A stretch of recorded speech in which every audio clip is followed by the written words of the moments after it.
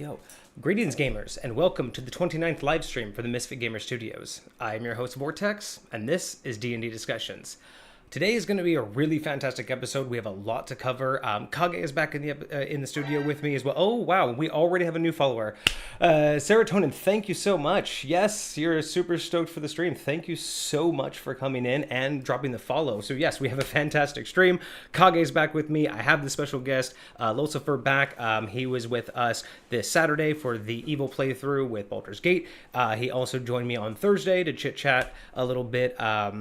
I forgot what we were talking about that day, but it doesn't really matter. That follow threw me off. That was way too soon for a follow. Thank you so much. But yes, so we have them in studio. We have a lot to talk about. First, we're going to do our little intro interview. Let Lolcypher kind of introduce himself and talk a little bit about his past.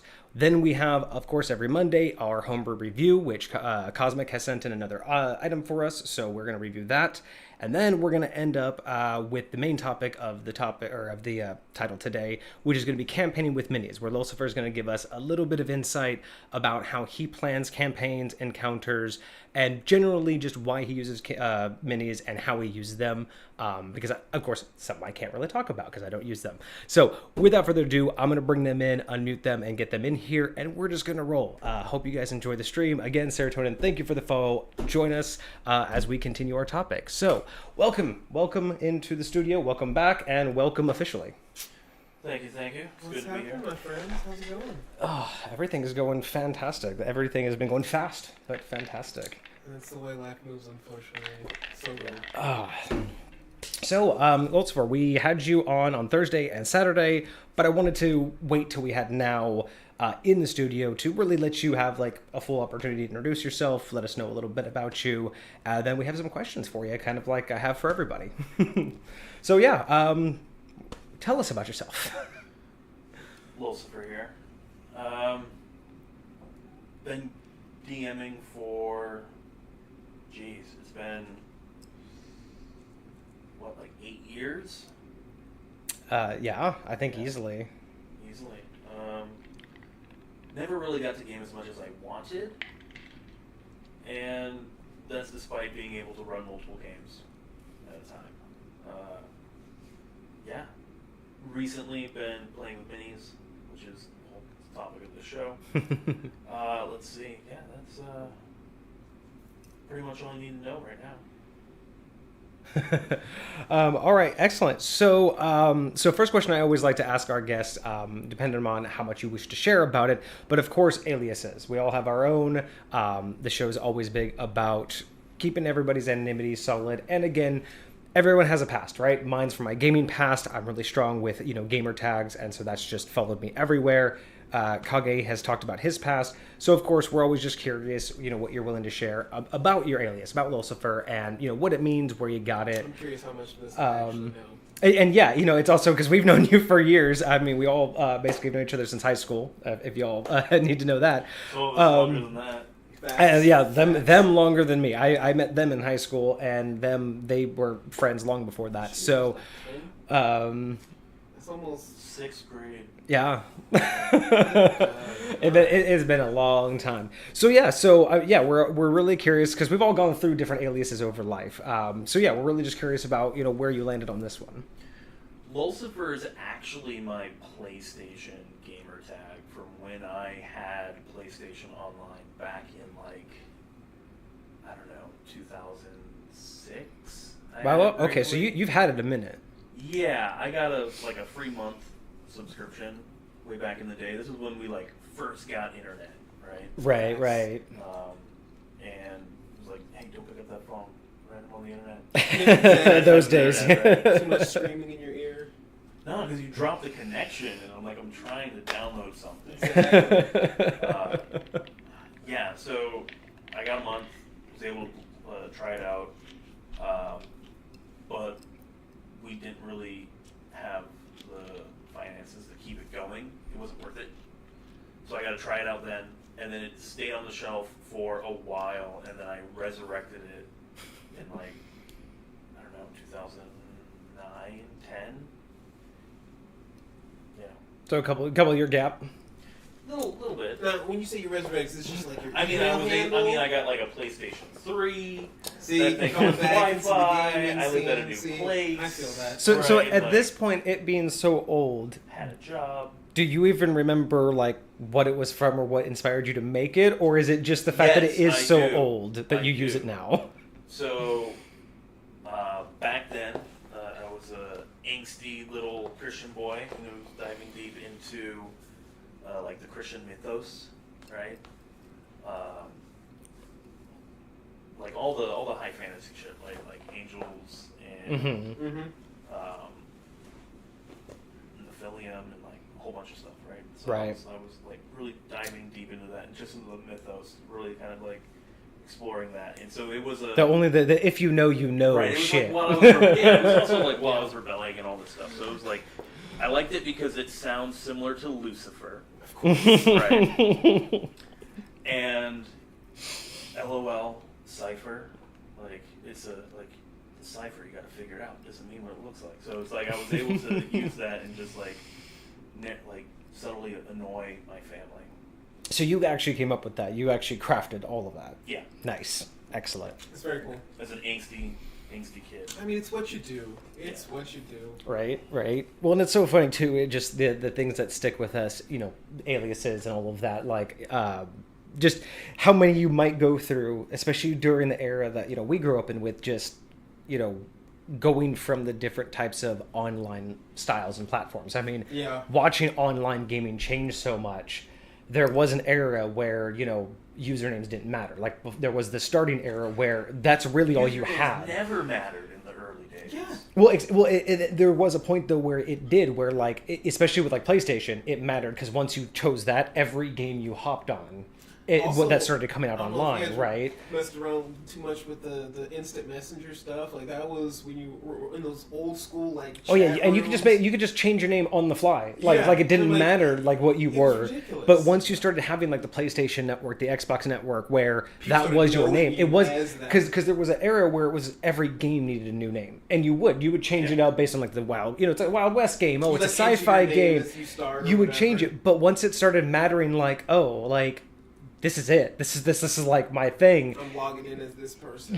I still just find it like not funny, like not like a bad thing, but it is interesting when you see someone who just threw something out there, and I'm just like, I mean, I guess it doesn't really so matter. Early days of an emerging technology. Yeah. It is. It so It's is. really weird because I feel like I am one of the rare people who I have never, since the beginning, ever changed my gamer tag.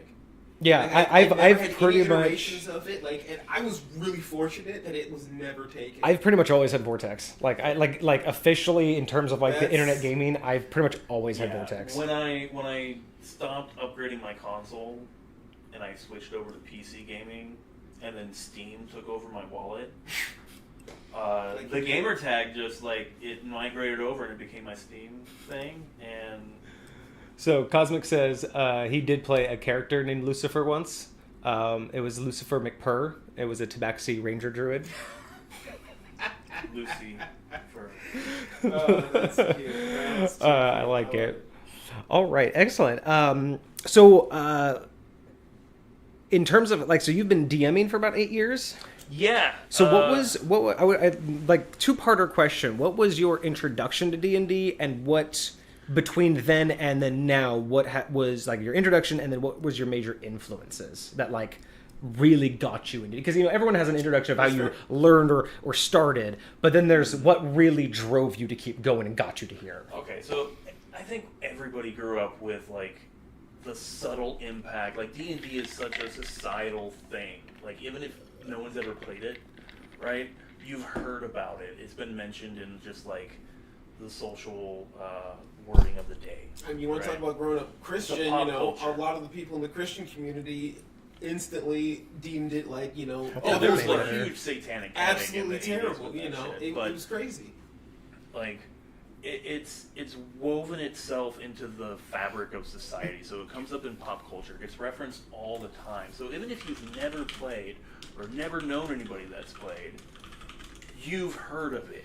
right? It's the game where they roll dice and they Right, and role it play. depends on what, it doesn't matter what side of the fence or the tracks you came on. I mean, you've heard of it as, it's like you could have been on one side where, it's a devil's game. You could have been on one side where it's a nerdy game. It's the dice game. It's the pen and pencil, it's a pen and paper game. It's the maze game. It's the, it's the fantasy game. It is the tabletop game, right? Like, there's so many, like you said, like, you've heard of it in some reference, and even if you haven't, like, even if you haven't Dungeons and Dragons, once you start to describe anything, they're like, oh yeah, I had a friend or something. Like, I really think, it has to have been widespread enough for it to have touched enough. So, naturally, everyone has that type of beginning.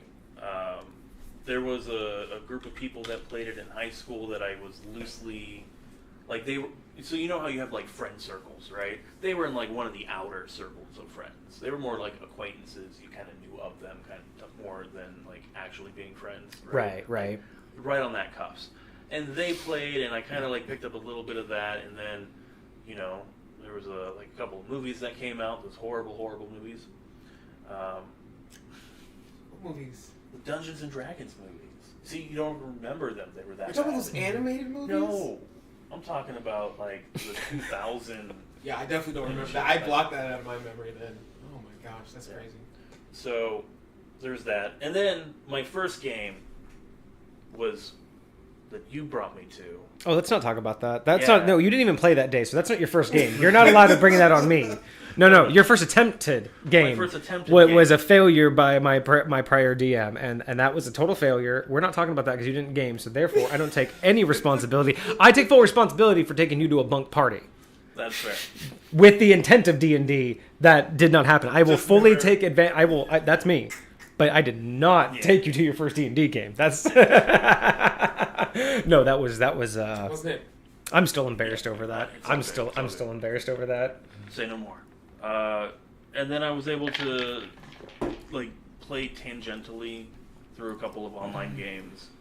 And then I started running games because, again, I wasn't playing as much as I wanted to kind of get into it. I did a real deep dive and figured out how to run the game. Mm-hmm. I figured if I could put on a game, finding players would be a little bit easier, and then I could have, like, at least, somewhat semi-consistent thing.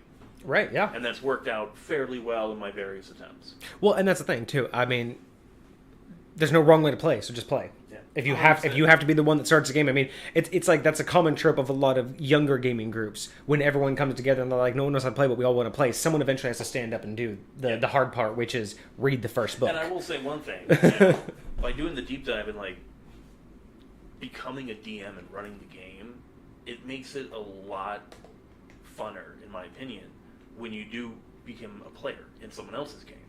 Right, because you've got tactics, you've got you've thought of things that players haven't. You as a DM, to run the game, you have to be pretty damn familiar with the rules and the mechanics and, like, all the stuff under the hood of the game. Yeah. And when you know about that, you can tinker with it and you can use that in your character build. And you get to see all the crazy shit your players do and be like, I'm gonna try that. Well, and that's where it really comes down to is, like, players and DMs think the same amount about a problem. The difference is a DM has thought of a problem in as many ways as it could be tinkered with first, whereas a player is going through all of those actively live, right? But at the same time, that's also one aspect. But they both could go through the same amount of options. But the DM will also, depending on the type of game they run, see multiple types of people attempt it and get not just all of the ways they've thought it through, but the entire list of every player they've ever had run it, which is one of the reasons why I love running the scenario the way that I do for everyone at the beginning. Yeah. It really gives me a snapshot of that player. And while going through that deep dive and working on becoming a DM, I also started having a really long commute for work. Yes, you did. It was like, what, 2.5, 3 hours?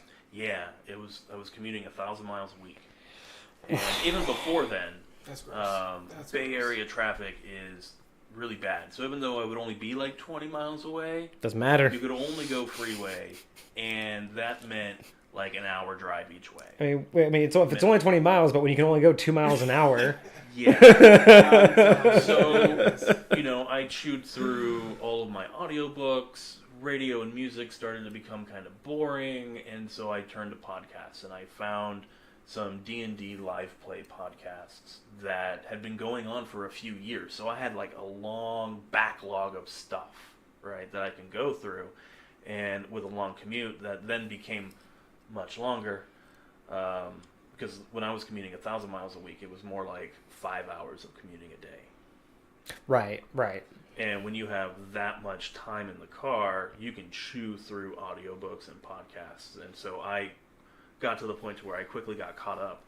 Oh yeah, I'm like 6-year-old podcasts. Yeah, and those, again, they were live play. So it was at the table, being recorded. You could hear the dice rolling and stuff like that. That's pretty cool. And by being able to follow the gaming style of a few different DMs, right, that were really good at what they were doing, and it was all on podcasts, and you can go through years of content and gameplay. And the early years were not edited that well. The production value was kind of low. Oh yeah, no, So it's rough on a lot of them. I remember one. It was like an hour and a half chunk of time where it was like one fight, and it was like when it becomes a fight of attrition. Yeah. Right. That type of battle. Mm-hmm. And it was just like everyone was not having a fun time at that session, and it showed in the podcast. But I was in the middle of a national forest when I was listening to that segment, so it was like, well, okay. So that's an example of like, If we suffer, you suffer. when you get to we're for the long absorb that haul. many years of mechanics being explained to players at tables, and why decisions are being made certain ways, and the underlying logic behind things. And then sometimes there'd be like special content where they would say like, here's my thought process on how I put this stuff together, and they answered Q&A, and so they ended up having like a little bit more of under the hood type of content. And when you absorb years and years of that from multiple different people and different games, it soaks in. Eventually, you just get your own You combine mindset. that with going through all the books, and then collecting the books when you find them at used bookstores and whatnot, and just immersing yourself. Unfortunately, that was 4th edition time. Right. Cameras. Oh yeah, you're right. Let me get their camera. Yeah. So it was 4th edition time. It's the time that wasn't that great of an edition. Let's be honest. It had its limitations, but for what it was, it had some cool elements to it, and I can see how because I I remember at a certain point you showed me this podcast, and I started listening to a whole lot of it, and and I can see how a group can come together and get into that game, and I really think, it really comes down to like the DM and the gaming group, and you guys just being willing and open to have a good time like that. But it was really cool to listen to and enjoy, and so it made me want to try it, which is why we had a good time, going through. Gosh, what was my character's name in that game? The Changeling. That was my 4th edition character. The Changeling. He was like a sorcerer or something. I don't know. I don't remember much about 4th edition. That was when I did the arena battle. Yeah, I know. I just I think that was when I was my Deva. Yep. And that was it's because 4th edition was just it's not even like a stubborn thing. It was just such a different mechanic base that for me, it was, especially at the time of where High Point was, it was not something I was just willing to take on. Oh, so and let's not forget, it was an Eberron setting. Like, just to add another layer of yeah, so I have a hard time remembering anything from 4th edition because I did not put any effort into remembering things, which usually can be fine for a D&D game if you have the right notes and everything. But, like, long term, I remember I was the Deva. But like the mechanics of the gameplay were very different, I remember and powers, at-will powers, and encounter powers. That's about it. Yeah. Oh, and then you did the cards though, which did make it super useful. Yeah. It made it very helpful when like you came to a game a couple months later and you're like, what can I do? And you're like, oh, I can just look at those are attacks I can do. Those are spells I can. It was like very, very nice to actually physically have like a list, and not just a list, but like a tangible card that broke it down and was something I could actually have. So, and I would say it was that experience, right? Because we would go, because again, scheduling is the big bad evil guy of every group, right? Absolutely. So there would be Friggin' multi-months, worse. like several weeks when we between gaming sessions, and it was 4th edition, right? It was very difficult. Now, that probably, because I made the paper and that turned out well, it had a good impact, right? Yeah. That probably like started me down the path of minis. I would say like that was one of the baby footsteps kind of thing along that path. But in defense of 4th edition, and I'm just going to say this real quick, in defense of 4th edition, it was really a botched execution.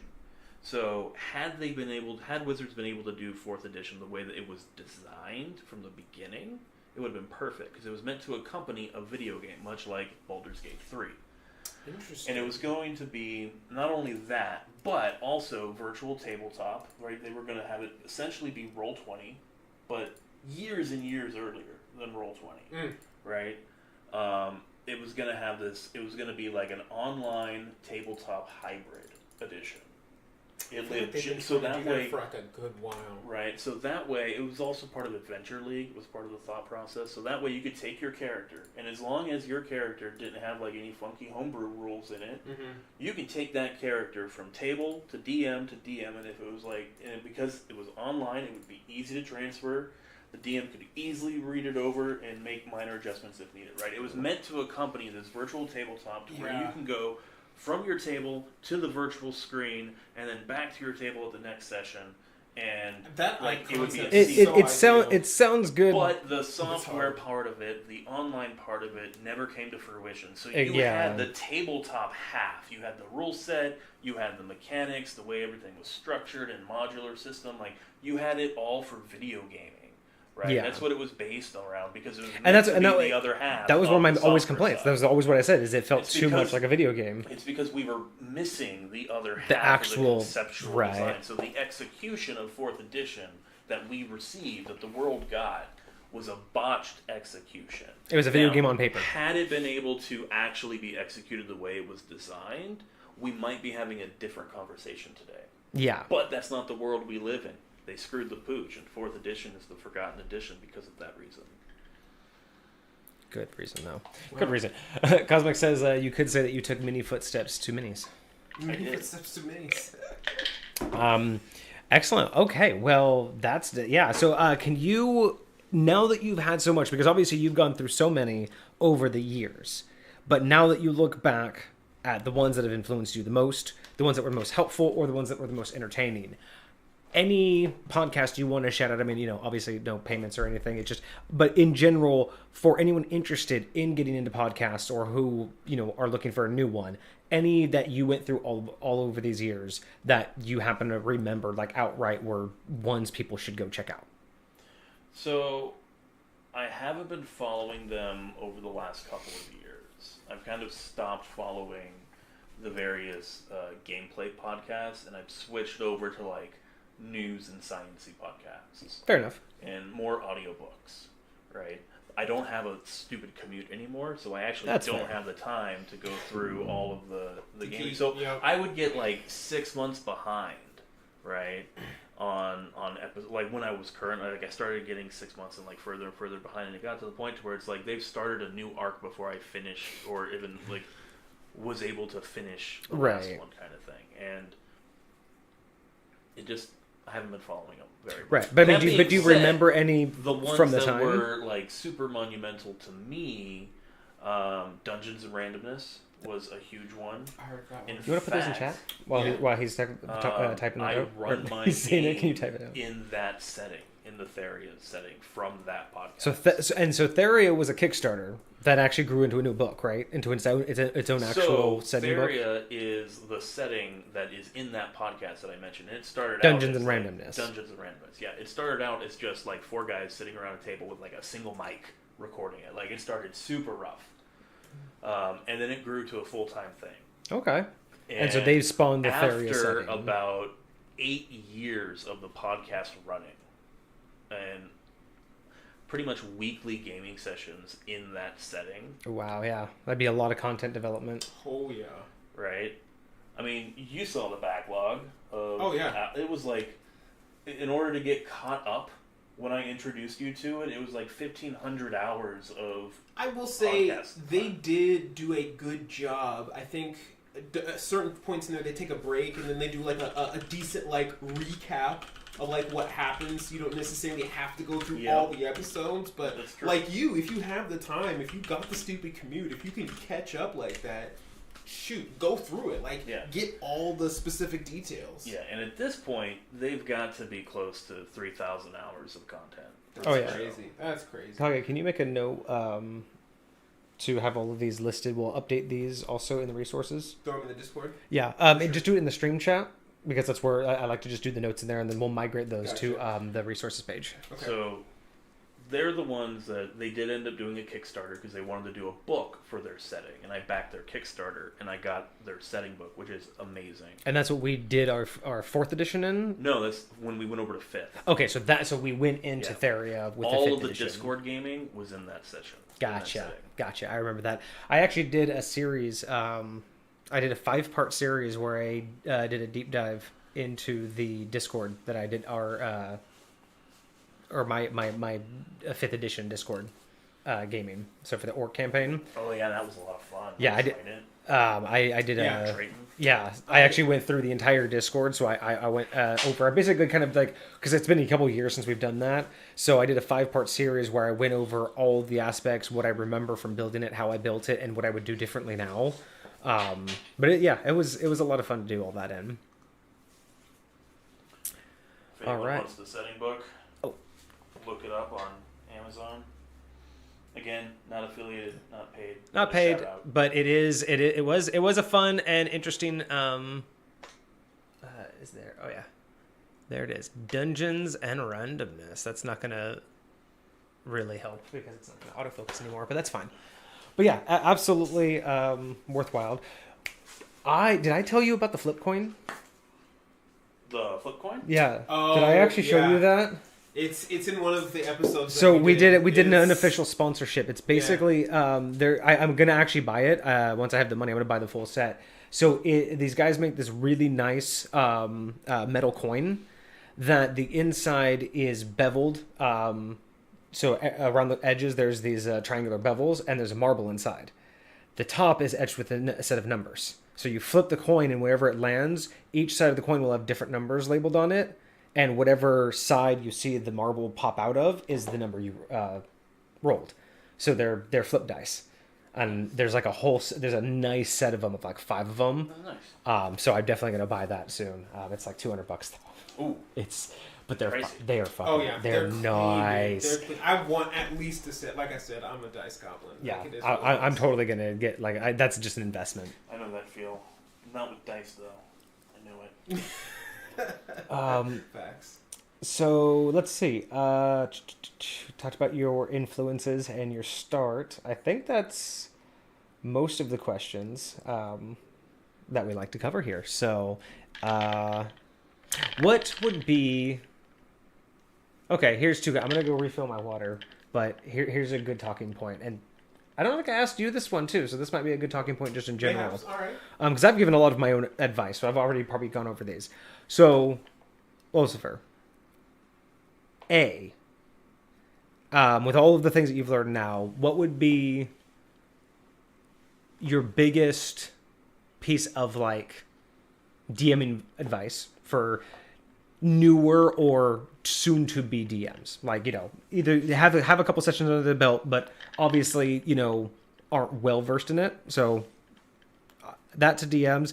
And B, second question, what's been your biggest lesson moving into the DM space? Because playing DM, playing is one thing, right? Everybody can just follow, without lack of a better word, everyone can follow the lead. Everyone can build a character, follow the DM's lead, play the storyline, either just literally take it for verbatim what the storyline's meant for you to do, or have an open world. That's one thing. But moving into the world of DMing is a learning experience, and it's constantly learning. So I'm just really curious. Top piece of advice for DMs, and biggest lesson you've learned. All right. Top piece of advice for new or soon-to-be DMs. Consume a bunch of media, right? Like, there's a bunch of stuff out there D&D is so big these days. Back when we were starting out, there wasn't much content out there. I mean, yeah, there were books and there was like fanfic sites and there was a bunch of homebrew stuff, but it wasn't as easy to get to like we have now. Yeah. First off, the internet wasn't that prevalent. No one had it in their phones at the time. Like, this was before smartphones, right? People were just getting dial-up in their house, so it wasn't. Even if it was out there, right? People didn't really know where to go to find it. So, top piece of advice: consume a bunch of the media. There's a bunch of people on YouTube. There's a bunch of live play podcasts. You can see how a DM does it. See a bunch of different examples of literally how DMs run their own games, right? There's a ton of content out there. You can see a bunch of different perspectives. I learn from watching something be kind of like explained and seeing an example of and seeing it in action, right? So that way I can see how things work and how I can put it together myself. So that's my biggest piece of advice is explore and really, really explore the various perspectives out there when it comes to how to run a game.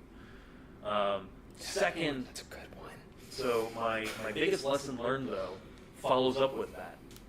Just because the Matt Mercers out there make a ton of content and they're very easy to find now, you don't have to emulate them, right? You don't have to live up to that professional standard, right? If you want to, that's great. You could try to strive for that, but you don't have to do that to run a successful, fun game for your players. In fact, you could use it as examples to see like directions, how you might handle something, how they do something that you like, how these other people do. You mix and match, find what resonates with yourself and find your own style. And if you try to be a Matt Mercer for your gaming, you're going to be frustrated. You're not going to have a good time. You're going to burn yourself out. And then you're going to fall out of the hobby. Both fantastic. Those are solid. For sure. Ah, wow. Okay. Excellent. Well, we got nothing in chat. I think we finally solved the camera issue for now. It was having a problem with the autofocus. It kept flashing out the white balance. So I've turned off all of the auto balancings. So it does look like that's what we're going to be stuck with for now. But sweet. That's just until we upgrade that camera. It's like a 10-year-old webcam. But hey, it's powering along, right? It does work. Okay, so I think what we are going to do next, that's all I had for, I think, planned. Since you're here, do you have any questions? Do you have any one or two questions for Lolcypher to kind of like add on to that, or do you have your own answers to what I just asked him? Either way, I can give you a quick, brief answer to that question. For DM advice, I'd say usually when you're starting out, I think it ends up there's definitely a balance between these two halves, but generally one ends up leading versus the other. Well, you'll make more sacrifices in one than you will in the other, and it's to decide before you start, like, what's more important to you. Is it the world that you're creating as a DM and like what you're building, or is it the collaborative story that you're building with the players? And I think that, again, both can most definitely coexist, but sometimes they will clash and sometimes one will have to bend, and which one you desire to lead more, because that helps to work consistently, to set expectations with your players, to just put you guys in like the right place to work well together, which is what I think keeps most groups together in the first place, is just honestly enjoying playing with each other. Yeah. But for lessons learned, I mean, like, one of the biggest things, like, especially in the beginning, the thing I love the most about D&D is that anything is possible. But again, with that same note, anything is possible, but not everything is free. And what I mean by that is, like, in the beginning, you get certain features, like there's just certain things, like, a part of playing the game that you get as you move forward. But, like, some things need to be earned, some things you work for, some things it's not a fun game if just everything is easy.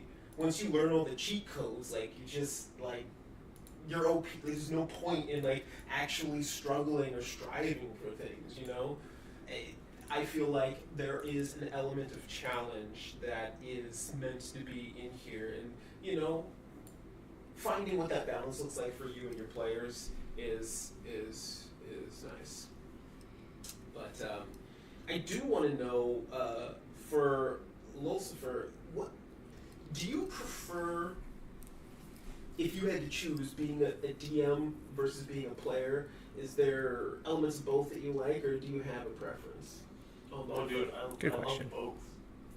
Honestly, like, being a player is great. Being able to just hyper focus on your own character development path is wonderful, and I love that. But I'm also a huge Civ strategy player. Facts. Right? 100%. Like, I played Civ for years. I was playing Heroes of Legend for a long ass time. I played all the Civ spin-offs, like Beyond Earth. Yep. I played Stellaris and, like, Endless Space and all these games where it's just civilization management and resource management. Like, that's kind of my jam when it comes to solo gaming. That and CRPGs, love them. For sure. But, like, being a DM really scratches that itch, because it is world building and it is civilization management. Like, how far do you want to, like, weave tendrils throughout your setting or the storyline or the realm? And when you're a DM, you're not limited by what's in front of your character as the player is, right? That's very true. As a DM, your view is looking down on the realm, and is that a multi-planet system that your players just happen to inhabit? Like, you're viewing it from the cosmic view of your setting. Mm-hmm. Whereas a player is within that setting, looking out, and only with a certain field of view to a certain distance. With you as a DM, you're looking down on the entire thing. You see how the actions and events over on this side, how it ripples through the weave and the web that is your story and your setting, and effects over here. That is, of course, if you're playing a sandbox setting type of game, or if you're, like, depending on how much world building you go into, right? Some people like to play where the world is built around the players as they explore it, and that's great.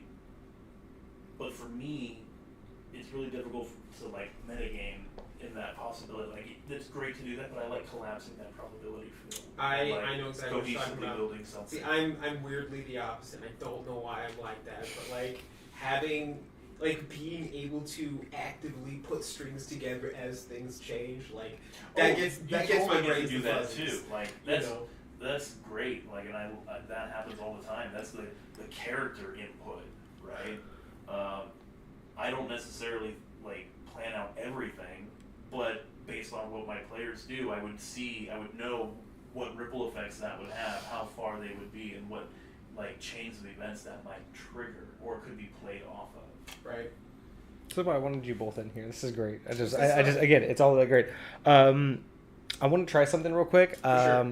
Go ahead, So give us 1 second before we get to the next topic, because I think that was good, excellent introduction. So I think that was a good set of questions. So we do want to get to the next topic, which will be today's home review or homebrew review. I'm very excited for But that. I want to see if we can reset this mic. Cosmic says, I don't know if it's yours or not. Yeah, that's what I'm thinking it is. So we're gonna give me 1 second. I'm gonna see if I can reset this too, because I am working with a new mic setup, specifically with 3 mics. It's first time, so give us 1 second and we'll be right back. So what I'm thinking for that one is, let me go ahead.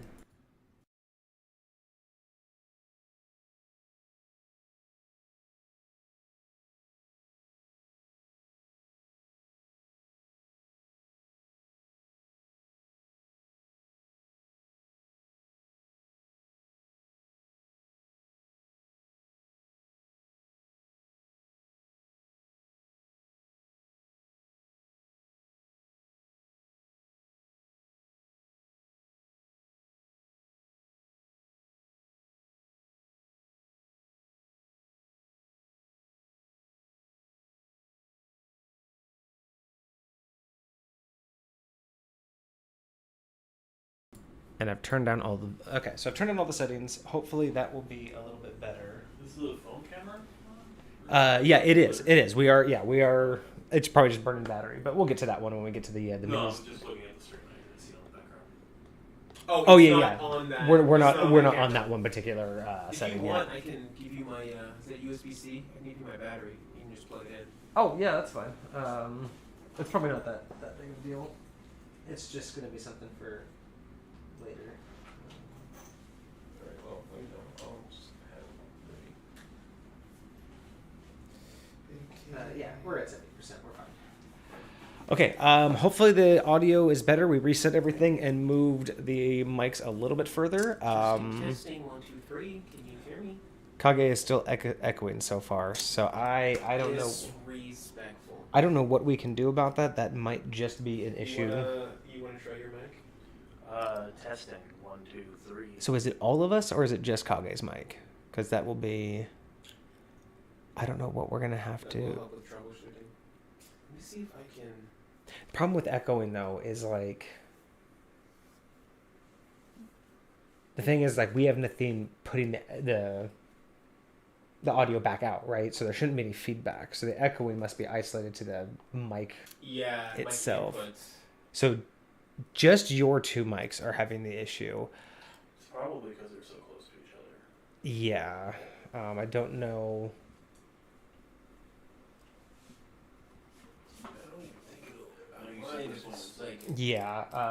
just over here instead of directly in front of me. And then Yeah. Is it that? I mean, how bad is the echo? Is it like bad, like to the point of where it's distracting, or is it just noticeable? Because if it's just noticeable, then we can always work on that for future streams. But I don't want to spend too long if it's not distracting and not like a problem. But if they sound like robotic or if it's unlistenable. check. So it's noticeable, but not like a huge issue. Because yeah, well, just probably little speed bumps, little road bumps along the way, things that we got to learn. But You will get it. if it's not that rough, then it's fine. But appreciate you letting us know. We will be working on that. Okay, so topic for today will be campaigning with minis, but first we have a homebrew review to do because it is Monday. So we are going to do this homebrew review here. Now, as always, Kage is going to have access to viewing it because do you have the stream up? I'm assuming. Do you have the stream up? I do. Okay, so you will be able to show him a little bit of what we're going to pull up. Okay. I'm going to pull up the write-up. This is the first time I've seen it. This is the first time that they've heard it. Essentially what we do is I read it off, and then we'll break to give commentary each of the ways. 90% of the time, we answer or we don't.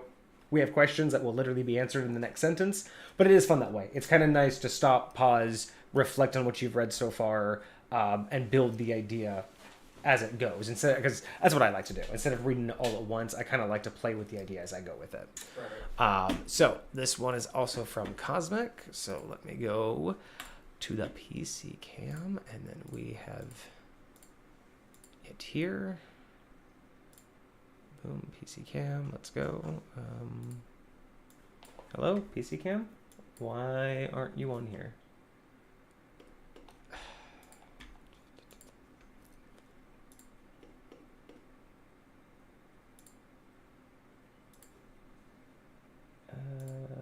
No. That's really weird.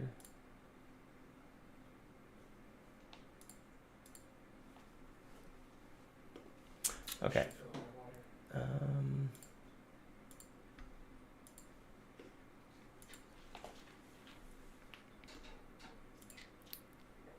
Hello? There we go. Thank you so much. You wanted to play nicely this time, finally. See friends and neighbors. Okay, now. So if I can get that right about there. And let's move that.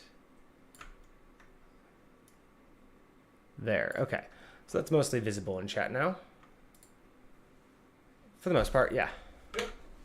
Okay, so this one is going to be looks like it's going to be armor type. Dark mode this time. Interesting. Yes, it's a new Chrome extension that I'm using that just makes everything dark mode. So we'll see. Oh, I love everything dark mode. Yes, I actually kind of think this is actually better for the stream too. It's not just so blinding for when we're reading these off.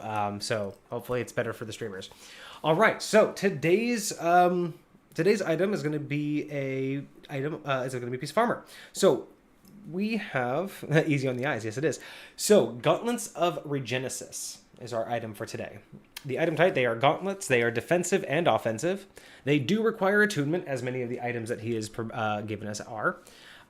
It needs to be attuned by a barbarian, a fighter, or a monk, or any combination of multi-classing thereof. For sure. So already we can get an idea that this is going to be someone front lines. Like, this is definitely going to be for. Now, what if I was like a bard monk multi-class? So perfect example. So we ask Cosmic, since you submitted this, question for you. When you say or any combination of them, do they have to be a combination within these three, or does it any combination that has to include one of these three? So yes. So can it be a barbarian mage, or does it have to be a barbarian fighter, a barbarian monk, or can it be a monk druid? That's what we want to know. But I think he was saying yes, that it just needs to include one of those. That's what I want to. Okay, so as long as level 15 bard and dip in the monk. So yes. Cosmic says as long as one of these three classes are part of your multi-class, you can use this. Bam. So you just need one of the multi-classes that you're doing, and you can attune that. Okay. I just don't know defense, man. It is a legendary item. It gives you a +3. So the item bonus is +3. So it gives you... Ooh, interesting. The item bonus is a +3, but the AC bonus is a +4. Normally a +1 for gauntlets, but you get the +3 from the rarity. So you get the +1 from gauntlets, and then it is a +3 item itself, so you get a full +4. Excellent. And so far, it matches with the +3 magical item. The properties, it is heavy, so that's interesting. Okay. To hit with melee gives you a +3 to your strength. I'm thinking that's how that reads. To hit melee, strength +3. So it says +3 is the enchantment. Where does it say to hit? So right under properties, heavy, and then to hit, and then damage dice is a D10. Oh, I see what you're saying. So I think it's a plus. Yeah, so it's just a +3 with your strength. I think to hit you have to use your strength, and it's giving you the +3, right? Got you. Okay. Okay. Fair. So this item holds 2 charges. 1 charge within each gauntlet. When expended, each charge is regained 7 days later at dawn after it was expended. Wow. Weekly recharges. I have a wand that does the same thing that I gave to one of my players. It's like 4 charges. No, it has 3 charges and it regains 1d3 minus 1 charges weekly. Whew, okay. So yeah, so obviously we're already seeing that this is leading up to something pretty powerful. And then both charges are counted independently. So you can use one and 3 days later use this one, and this one has its own 7-day new counter. Gotcha. Well, whereas this one still only has 4 days left. Right. Gotcha. Okay. And then so let's see what these effects are. So we have effect number 1, passive effect. Okay. Grants a +3 to strength. So that's where that was. Grants a +3 to your strength. The normal limit of 20 is ignored. Awesome. And a temporary +1 to dexterity whenever you use a reaction. Interesting. But just for that reaction's duration. Additionally, any skill using strength and dexterity are made with advantage. With the exception of sleight of hand. Which totally makes sense for these gauntlets. Additionally, all skills using strength and dexterity. So any strength and dexterity gets advantage. Stealth, your acrobatics, your athletics, and I think that's it. All of these get advantage. Just passively. Passively, and if they are used as a reaction, if anything is done as a reaction, that reaction gets a +1 to your dexterity for that reaction. So, okay, now, and again, the normal 20 limit is ignored. Because the +3 to your strength, is that a +3 bonus, or is that a +3 to your strength score? Score. So it's as soon as you put these on, your strength goes up +3, and there's no 20 cap. So which means if I was at 20, which would have given me a +5, you now have 23. I'm only going to get a +6, I'd be at +3, but I'd only be at a +6. So Oh, you mean the modifier bonus? My Yeah. modifier bonus would only increase by 1. Yes. See, that was my question. Is it a modifier bonus or is No, it... no, it's just the stat bonus. So Okay. yeah, but you're right. The modifier bonus would still only increase by 1 unless he has special rules for that. And so the same is with dexterity. The dexterity is a stat bonus, not a modifier. Correct. Bonus. It's a +1 to your stat. So if you're on the cusp of getting a modifier so it boost, really is only valuable in those odd situations. Well, in the odd situations, it's most valuable for the 3. yeah, So if I'm on, say, 19, then my modifier is going to go up by 2. yes. It'll go from 4 to 6. Okay. Skip 5. 5 is right out. Fuck 5. But at the same time, it's also just guaranteeing a lot of those rolls too. Because even if you're that high, if you have an 18 dexterity, getting that +1 for that moment basically guarantees like a no fail in that situation. Well, unless you do the crit 1, but some don't do that. So, okay, so that is the passive.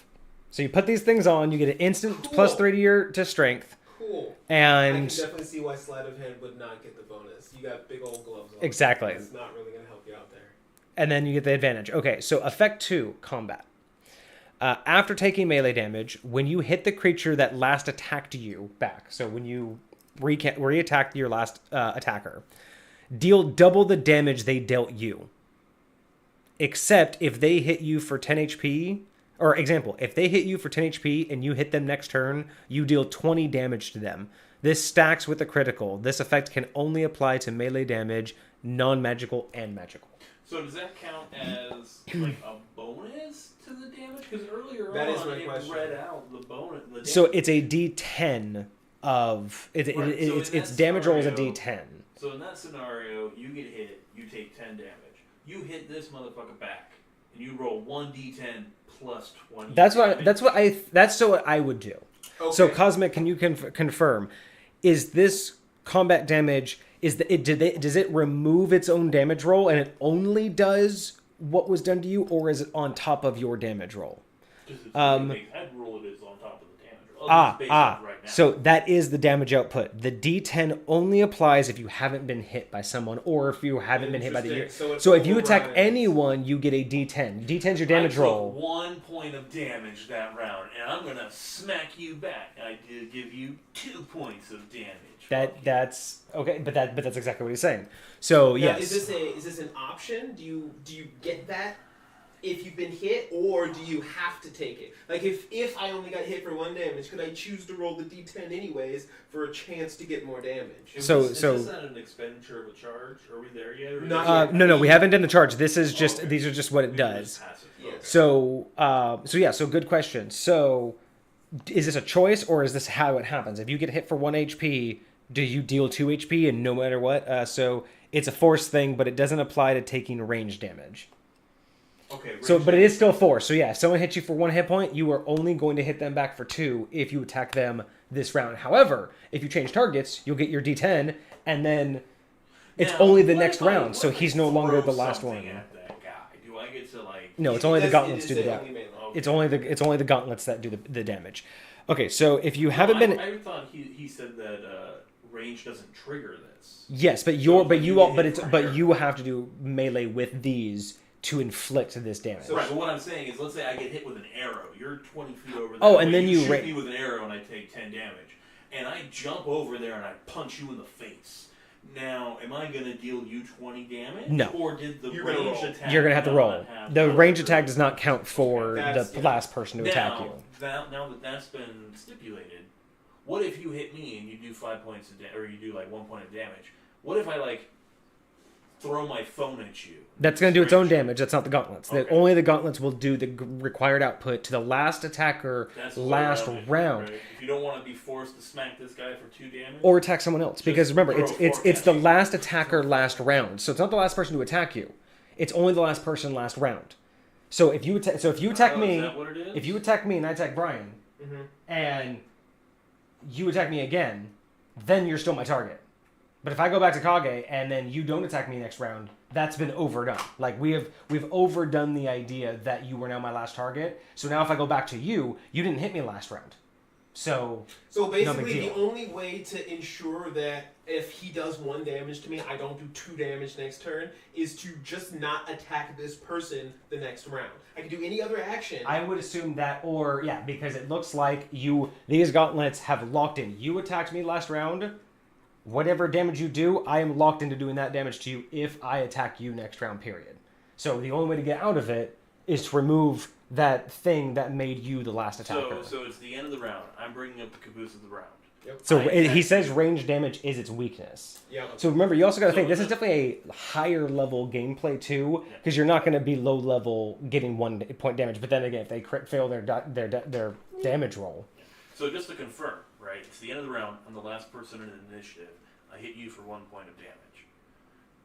Next round starts. So I was the last person to hit you last round. Correct. And let me double check. Brian That is. has first initiative, and he smacks you for 47 points. Now, But what am I using? just your fist, whatever. You're a monk. Okay. You got magic fist. You kicked him too. How about that? Okay. So Cosmic says it's basically the idea that it's basically you hit me, I'll hit you back twice as hard. Right, but what I'm getting at is that I hit you last round. Kage has first initiative. Take a minute. Smacks When you you hit in the the creature face that for a bunch attacked of you damage. back. Now, if you attack Kage, do you do regular 1d10 damage? Or if you were to attack me, you would just do the 2 damage? Like, would it be that? Or would Kage So, override question: mine? Who's got the gauntlets in this? He has the so- He has the damage gauntlets in weapons this is situation. You question. attacked him, Right, I bring up I'm and last in then initiative, I attacked and him. you're first in initiative. Right? Okay. So, end of round, whatever, we'll say 4. Right? So he's had 2 people attack him. So either person that he attacks, he will double whatever damage that person did But to that's him. not what it said earlier. So It said the last let me person clarify this. So That's what I'm asking. Cosmic. Oh. Cosmic. So let me ask some clarifying questions. Is the last First person off, to attack you, or the how last person? did I misinterpret? If someone attacks the wearer of the gauntlets, Those are 2 different things. how and the person wearing the gauntlets does not attack anybody else, right? So I'm wearing the gauntlets. I was attacked. So How many rounds after I hit do I have to wait before the person that attacked me is no longer going to receive double damage? Is it only if I attack them the very next round, or let's say again if I do something else? If I don't attack anybody, but let's say I wait a round, does it fall off, or are the gauntlets always going to target the last person to ever attack me until the end of combat? That's the first question, is how long do the gauntlets link to the last attacker? How long does that last regardless of your actions? Because that's a very big question. So Because his last I read comment- it as instantaneous. Like if I don't attack you back immediately, then it's severed. But if it's just the last person to attack me, period, then until I go back and attack you, it's basically always locked in. So what he says is it doesn't reset when initiative restarts. So if that's the case, then there's technically no trigger for it to reset. So it's not the next round. It's basically whoever attacked you last, it locks in damage to that person if they hit it. Especially if you're doing Period. dynamic That's- initiative. Period. So the only way to get rid of it, so there is no way to get rid of it unless someone else attacks you. So if you attack me, and then you attack me, Okay. if I go to attack you, it's going to be the 1d10. So in But my, when I go back to hit you, you're always going to get the double damage until someone else attacks you. So in Yeah. my scenario that I laid out earlier, right? I'm the monk in this scenario. And Okay. I kick you in the face and I do like 100 points of damage because I'm like super monkey. Yes. Right? And I got last in initiative. And then Kage has first in initiative. He throws a pebble at you and does 1 point of damage. He's But the last. I'm No, throwing- I'm sorry. No. He flicks you in the forehead and he does 1 point of damage. It doesn't matter. It was my misunderstanding of the round part. So as far as I understand, it's essentially your next turn. So when you attack next, if you go to the last person to attack you, your damage is So guaranteed. in this scenario, the guaranteed output of damage would be 2 points of damage because you flick them for Correct. Only And that against- gets locked only in against for a Kage. second, And that then melee. but instead, if you were to attack me, It's the 1d10. It'd be the 1d10. So It'd be I'd the get 1d10. off with doing like 140 You'd points be of safe. damage to your face. So like again, an enemy, if you learned this, that's the weak point. here's another way point. So- If you learn this as like if this is on like a BBEG and you're the party, if you like during the battle, you're like, why is he hitting? It's like, oh, it's every time we hit him, he can deal the double damage. I would try to do the thing where I'm like, okay, I pick up a bunch of pebbles on the floor. I attack him. Cool. I use a bonus action. I flick a pebble in his face. Can I do 1 point of damage? Awesome. Right, but ranged attacks don't trigger it. Oh, yeah, that's right. It has to be like an unarmed, like open hand slap. Oh, yeah, just I go to attack him, and then it's like, I deal 100 points of damage. I slap him in the face. And that's why you gotta be a monk. Fury of slaps. So Okay. earlier Cosmic was talking to me before the stream actually started, and he said that It's not so much with phrasing, it's also with reading and how we interpret. Not always you. These items are going to be on a team of enemies that the BBEG has sent out, and this is like one of 7 items, right? And so in order for the players to get a hold of these, they are going to have to learn the weakness. And he was talking about... And we haven't gotten into that yet. We haven't, because... But this, even just this small tactic, understanding like the mechanics of how it works, if whatever lore they can go search out and like find... And if like you said, these are like the BBEG's like right-hand man, right? It's kind of like that, the old school movie trope where you have to go through all of the side men before you can get to the, the big bad, right? And so that's very correct. Almost almost kind of like how Dark Souls does it. You have to learn almost by trial and error by getting it. But once you learn that it only doubles your melee, yeah, your main fighters are going to be out.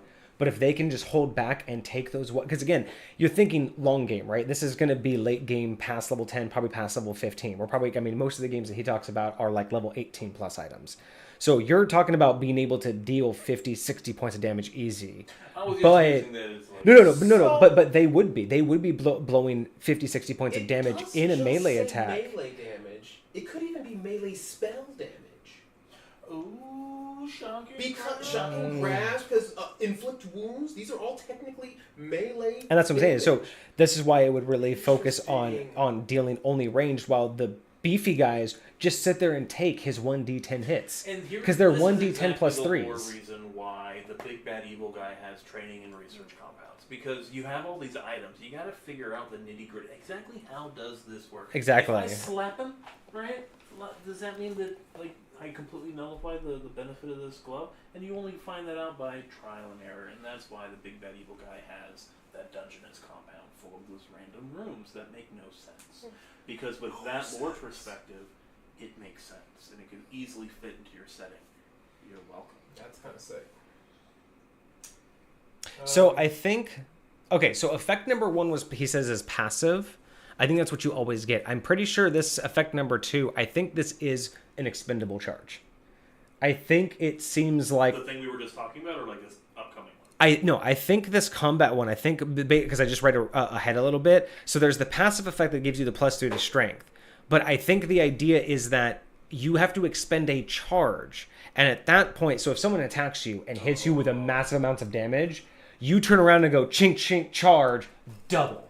It's forced to use the charge. It's not forced as a guaranteed. We were looking at it from the point of this is always. If it is a charge, this isn't always. Still on passive. No. But because this is a charge, that's why when Cosmic was saying it's a more like a, oh, you hit me, oh no, because I'm just going to hit you with double. So this is where you want to egg them on. You want to get to them to that point where do your worst, because I will do it back to you twice. Barbarian, so you could have the damage you take. Cosmic response. Oh, cosmic response. So the charges are both in effect 3, effect 2. Doesn't charge. Oh, they're both in effect 3. Oh, my bad. Okay, so yeah, so this is just how it is. Okay, we were right in the first place. Okay. I thought it was a charge thing, which I actually kind of liked the idea of it being more of a charge. Maybe that's the very rare version of this item and not the legendary. Yeah, because that would be... Has to be a passive. I roleplay wise, that would actually just be a cool in general. Even if it's not a charge, even if it's just a choice, like that would even just help out a lot. Yeah, no, but the idea just out of the gauntlets, I kind of like this idea of being able to at a charge be able to turn any damage incoming, not instantaneously, but you take a bunch of damage, being able to turn around and kind of like that anime swordsman one, where you could turn it around and then turn that into... Why does this remind me of Black Panther's adamant, or his it absorbs it. The kinetic energy and then like kicks right, it back. This would be just a dope charge in general, but I do like the fact that, again, this is literally just a passive, so anytime someone attacks you, they're going to get double back. One more time, I'm so sorry. Cosmic is great. I love it. Effect 2 doesn't use the charge. Yeah. It does not use the charges. Yeah. Oh. I totally thought... Forgot the whole word that time. Yeah. He said does. Yeah, effect 2 does not use charges. So both the +3 to strength, that's always on. This reverse damage, this double damage back to your last attacker. So the way you mitigate that particular passive is you just have whoever goes right before this guy, whoever's the wielder in initiative. Their sole purpose in life, like, what's your purpose? I slap you for 1 point of damage. Like, that's it. That's not all you do. Yeah. And then everybody buff that guy. Okay, so now we have a third effect. The third effect is the one that will use the charges. Okay. So, effect 3, Reviving Jolt. When a creature attuned when a creature that is attuned to and wearing the gauntlets falls to 0 hit points, not fails, falls to 0 hit points by any means, including by the spell Disintegrate, since the gauntlets are not destroyed with the creature. So basically, if the wearer is attuned and falls to 0 hit points, roll a d4. The creature heals using hit die or hit/recovery die equaling the d4's result. So that many hit die, you get recovered. Okay. So you roll a d4 up to d4 hit die. With the higher die prioritized. So example, if you roll 3 on the d4 and the creature is a fire monk, multi-class, they heal for 2d10 and 1d8 of their hit die. So whichever one's greater, you do the more of. In the example of a fighter monk, d10 and d8 respectively, 1 on the d4 uses a d10, 2 on the d4 uses each d10, d8, 3 uses 2 d10s, 1 d8, and 4 would use 2 of each. So you try to balance it out, but always put priority to the higher die. Here's a question. It specifically says when you're reduced to 0 hit points. By any means. By any means. And it calls out the Disintegrate spell because the Disintegrate I have the spell exact takes same away question body. as him. Bet money. Power Word Kill That's exactly what I was about to ask. does not drop you to 0 hit points. It says you die. are dead. All right, so Cosmic says, seemingly unrelated question. Do you know of the Yu-Gi-Oh! Zexal anime? There are baddies known as the 7 Baron Emperors. The enemy party is based on them. So if anyone knows about that particular I have anime, not seen the Zexal. they all have special cards meant to counter them. The item's effect 3 is based on one of those cards. So this basically, so the wearer gets +3 strength, a +1 to their dex whenever they make reactions, and they always get advantage on dexterity and strength rolls. During combat, anytime they're attacked, if they attack the last person to do them damage, they will always do double the damage they took.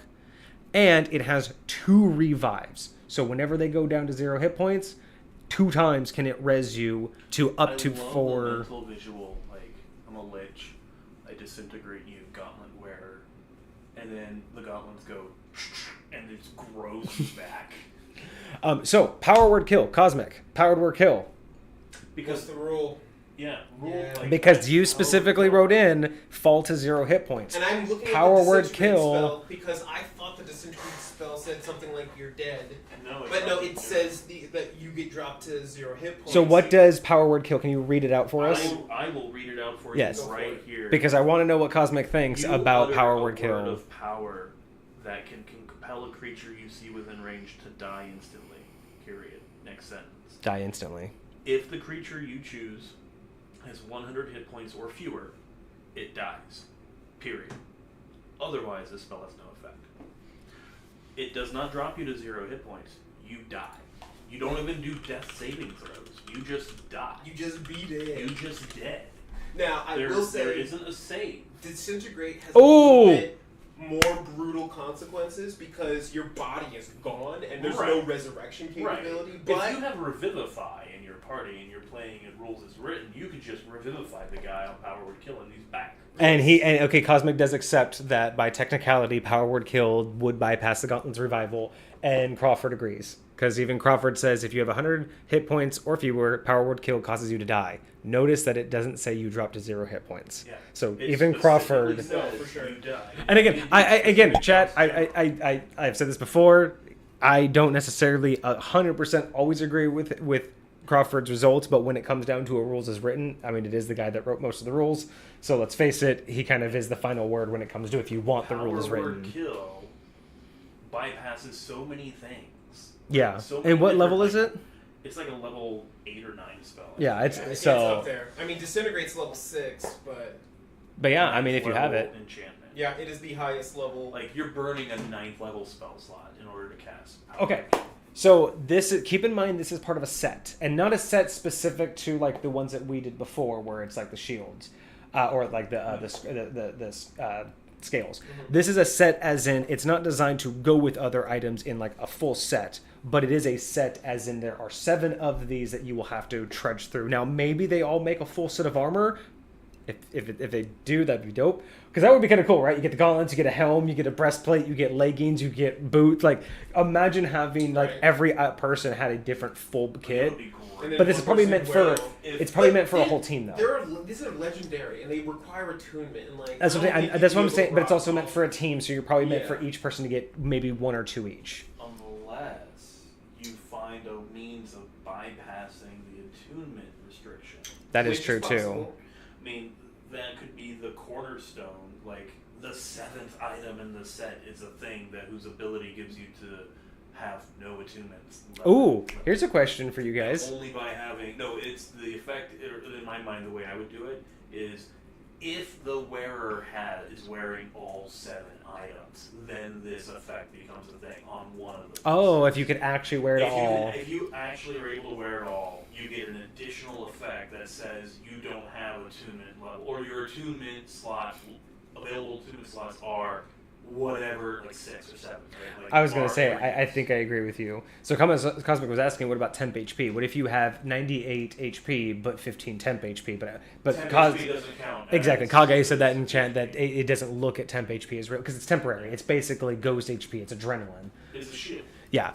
But good points on that one. However, kill fuck you up. But yeah, so otherwise the fact that again, it's in a sense that there are going to be 7 other of these, but they're not all necessarily going to go together.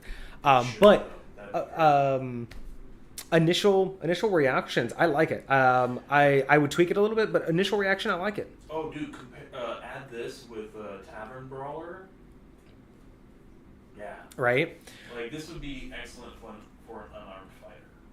Like, I really like it. I do like the regeneration on the charges. Yeah, I like the regeneration on the charges. Basically, like I like the +3. I like that it breaks your. I like that this specifically goes over the maximum. I love that because the power is coming from the gauntlets, not from you. So it does raise your strength, but only when you're wearing the gauntlets. I like that. I like the attunement. I love that it's specific to barbarian, monk, and fighter. I do appreciate that. I'd like to almost see a version that's meant for a sorcerer, but we'll get in. That's a different conversation. I think the bonus to the AC and everything. I think it all works. My biggest thing is it has the 2 charges, but I don't know. Now, the more I think about it, I kind of like the idea of the double damage being part of the charges. The revive, I think, should be the passive. The prototype of the, because this is the finished model. The prototype model that was made in the enchanting lab before this one. Mm-hmm. That one used the charge. That's in the design architecture where there's 2 charges, right? One in each hand. Right. So that way you could like have the option. It revives you. If it revives you, it uses both charges, but you could expend one to do the double damage, and that was the prototype. And the guy who commissioned it was like, yeah, that's cool and all, but I want that double damage to be a passive, and I only want to use these charges for resurrection. They're like, fine, fuck it, and they went and they perfected it, and that's this one. And the lesser one, the very rare one, because it's technically 2 now, right? The legendary one is the perfected model, but the very rare one is like the prototype, or like the alpha or beta build of it. So right. That way you have lesser versions of these legendary items that you like tweak and whatnot. You can potentially give your players at earlier levels. Yeah, if you wanted to like double them up. So, but yeah, I have a question. Yeah. When do you think the +1 dexterity on your reactions will actually be taken into consideration? When do you think that... To me, on reactions, that read as an ability modifier enhancement and not an ability score. So give me a scenario where you use that. Okay, you need to make a dex save to avoid half damage from fireball. The DC is 15. I don't think that consumes your reaction. I don't think that's considered a reaction. just making a dexterity saving throw from fireball. So, Cosmic, what did you Well, have in no, mind no, when you I'm had using the it as an example. reaction Roll. in Let's say mind? this Like, is what was already that a reaction. for? But that's exactly what So I mean. you wanna make a double Mechanically damage speaking, part- when would you use this? If specifically Use its own because Oh, specifically okay. for fireball, They'd if be that's different not from a revive charges. I reaction-based figured they'd thing, make like, it too you could do an complicated opportunity attack as a and reaction. visually look more like Pair of Infinity. I see what you mean there. Yeah. You're walking on a bridge, right? And the plank you're on snaps as you step on it. You can make a reaction. If let's say it's in combat, it's turn-based mode, right? You Yeah, use your it does make it reaction, you more can, complicated. Yeah. Like, avoid But I'm really Yeah, curious. like, So- like, Like, like, to catch yourself or something Right. like that. So Use what your did reaction you to have? protect yourself. So like in the DC's 15, you roll a 14, but with these gauntlets you got a +1, so that bumps you from 14 to 15. In my mind, that's how I interpret. Now, how often? Again, because this isn't It's- really. This wouldn't happen very See, that's what I'm often saying, at all. like, I had something to like this is- manufacture I'm trying to ask some- him too. Is like, yeah. So okay. So the thing is, so he's thinking things like the feat, like evasion, how the extra little boost to dexterity makes the difference between a success and a failure. But even that's evasion's not a boost to dexterity. Evasion's just you take less damage. You take like a significant amount less damage. Also, evasion's not a reaction.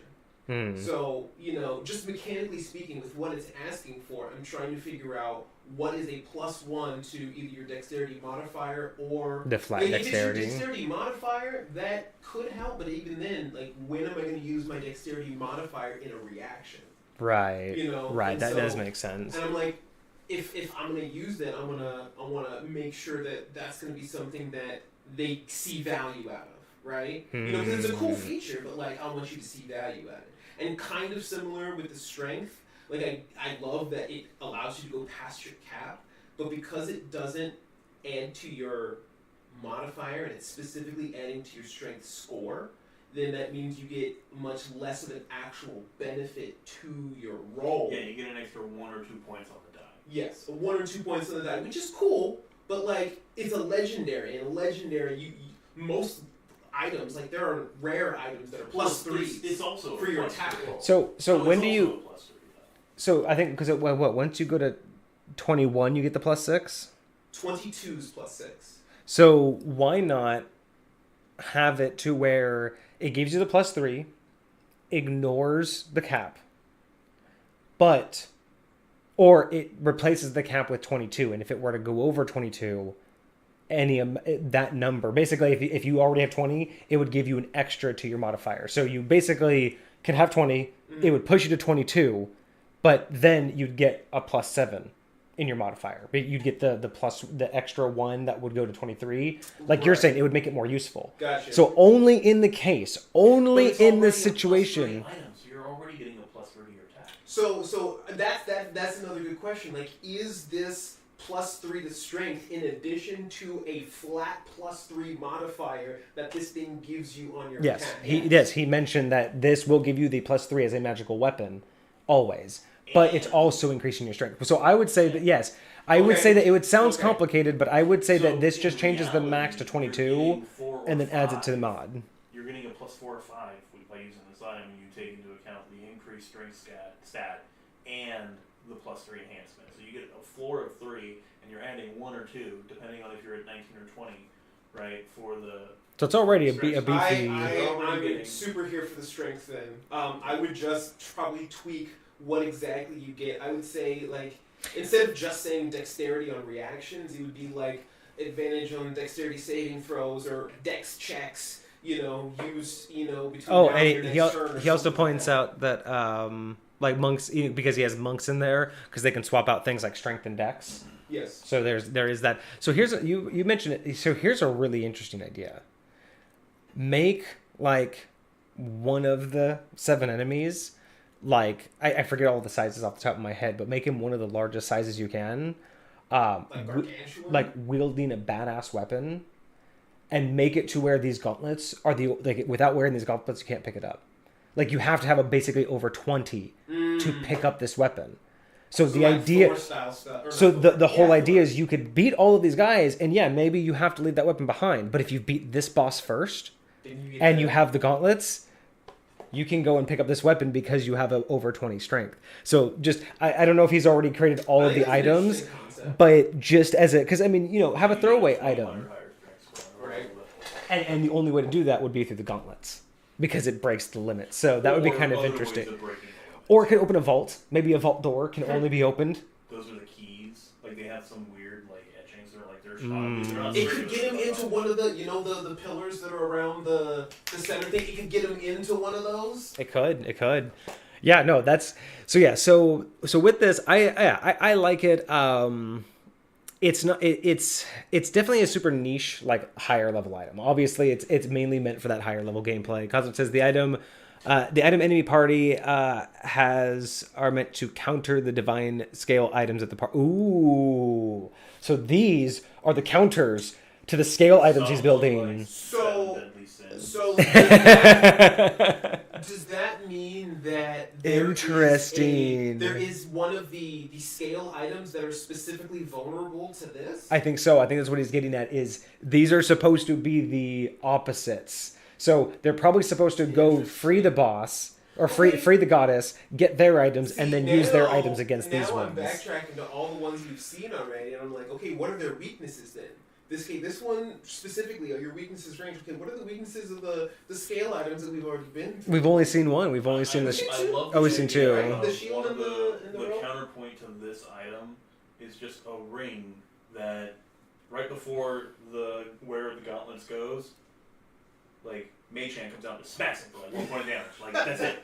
Completely negates and then your enemy disappears, so you have no way to hit. Exactly. Right? That's the opposite. If you really dig down into the nitty gritty of the mechanics of how something works, actually what is happening. So his lore is that because the BBEG came from a different world and a different dimension, so his is like the BBEG is stuck here and trying to get home. So these are the versions from his world. So it's essentially it's not quite a mirror dimension, but he does come from a different dimension. So these are the items he brought with him. Why does this remind me of the Blue Adept right now? Right. Okay. Just a little bit. So I'm really down with this. I like the passive. I like the plus strength and all of that. Between the doubling down, I like the revive. I like it having a max of maybe 2 or even just once. I kind of like the revive option, even with disintegrate. But I don't know, the always having the last person get double damage. I like the idea behind it, but as a passive, as just a constant, it's not that it's bad. It's not that I would say that it would make it not worth playing, but as a player, tactfully, I don't want to constantly have that on my mind. Honestly, the way I would do it is I would honestly bump the regular damage to 2d10 for a legendary item, and then just say you can choose to double the damage of the last person that hit you if you're retaliating back. And like I said, that's what I would say for a legendary, I think you're right. Even do a d20 or a 2d10 for damage. I'm down with that. I would even be down to turn the 2 charges 1 each. Because again, one punch each. I would be down to have each of those charges, again, last person that hits you, double the damage. Or how about, again, try not to get too complicated here, but because you technically sometimes have an offhand or whatever, what if one charge is attack the last person that attacked you, you get to do double damage. It's 1 charge. The other charge is the last damage you dealt, you can now double that on your next attack. Yo, if you did a 1-2, if you did double, and that's where I'm going with it. He picked up. That would be kind because of you can. So that I don't know. When I read this, when I read the combat, and when I came to that conclusion that I thought we were wrong, it made more sense to me. So that's what I would do. I would turn the charges into combat. I'd make the revive a passive. I would say I wouldn't make the revive a passive. I would just give it for once. I would give it 1 time. 1 time, if you die wearing the gauntlets and you're attuned, 1 time you reach 0 hit points. It's on a week recharge. You come back, but then in a week you get 1 more of those, and again the charges are all the same. So essentially this has 3 charges: 1 reviving jolt and 1 for each of the gauntlets. Still once a week, but I still agree doubling its damage too. The only thing I would say is especially with the type of fight that they're going to be in, this is supposed to be a really hard fight. I think that the bad guy should be able to use that doubling thing more than twice in the battle. I think that he should be able to punish these dudes over and over and over again until they figure out how to counteract what he's doing to them. So how about this? And again, I don't know what Cosmic wants for this, but I could write that in again from thinking from High Point's point of view. Why not have it to where a certain level Artificer can recharge them? Because Artificers have the ability to imbue magic. So what if a certain level Artificer, which is the person wearing it, can recharge them? And he can recharge them up to 3 times in a day. So not only do you have the normals, and he just keeps sitting there. Now, granted, if by chance, by this point, one of the players happens to be an Artificer, even better. But if not, that's a wasted opportunity. Now, but here's the other option. If you add that into the lore that the wearer, the bad guy wearer, is an Artificer just having an extra couple charges. Again, not unlimited, but it would explain and be passable. But that also means that you give them an opportunity to charge it in different ways. So you have the 1 week natural, but let's say you you have 4 more days and you are about to, you need to save the world. Now wait a second, the enemy was able to charge it as an Artificer. What if we found a super powerful mage to, it gives them almost a lore option to seek out another way. Charge this with? And that's how I started down the road to necromancy. Let's see. So, Cosmic says he thinks that Lolcypher should be told about... Yeah, no, we definitely want to talk to him about the world and your goddess and your endgame. That is definitely something that we're going to talk about. And then it would be on the guy that specializes in this case, literally hand-to-hand combat fighter plus Way of the Open Fist. Okay, so he was going to put it on an enemy that's a fighter monk that has the Way of the Open Fist. Which also makes sense, going in there and just, punishing people. So yeah, I again, for his setting, I totally get the passive double damage, and it makes sense because he's trying to build it up for a puzzle. Can't take it away from that because it's designed perfectly for what it's used for. Yeah. My critique, again, as always, is to take it into High Point, I would have to take that away because too specific to be used in my type of open world. Yeah, for me, Theria is a much lower magic setting for very specific lore reasons. Yeah. So I would definitely, for me to bring this into my setting, I do like the doubling damage. That would have to become a charge, though. Mm-hmm. And the resurrection, I like that, but I would have that use both charges and only if they're available. So it's really, yeah, okay. And I totally, yeah, I would see that. I would be down for that if each gauntlet had 2 charges and it would use 2 total or 1 from each. Again, we're getting too complicated at that point, but no, I see what you're saying is yeah. And then after the lore lock, I would probably do that to where each gauntlet has 2 charges. Yeah, no, I like that. Okay. Kage, any changes that you would have, or would you take it as is? Like I said, I think the biggest things that I would change is I would change the reaction to be something that either works better with reactions or is more specific to dexterity. I'd probably give the again, I like being, especially at higher levels, being able to punish with that double damage, whenever I love being able to do that in a pinch. And I really want to put that in there. And then lastly, honestly, I'm not opposed to reviving twice in a week. I might simplify it a little bit and just say you come back with half health, period. But I do kind of like how it's not just he's coming back with the same amount of health every single time. Yeah, I like the 1d4 hit die. I do think it's cool to give it some variety. So I would say it still should be max that hit die. So if you get 3, you're gonna get all the max 3. But I would say that get back up and get back up half health. I just in my head I see Randy Marsh I ain't hear no bell. This is also interesting. I'm thinking of this because he's talking about how the monk would have that fighting style, and he also wants to make a barbarian that's counterattacky, right?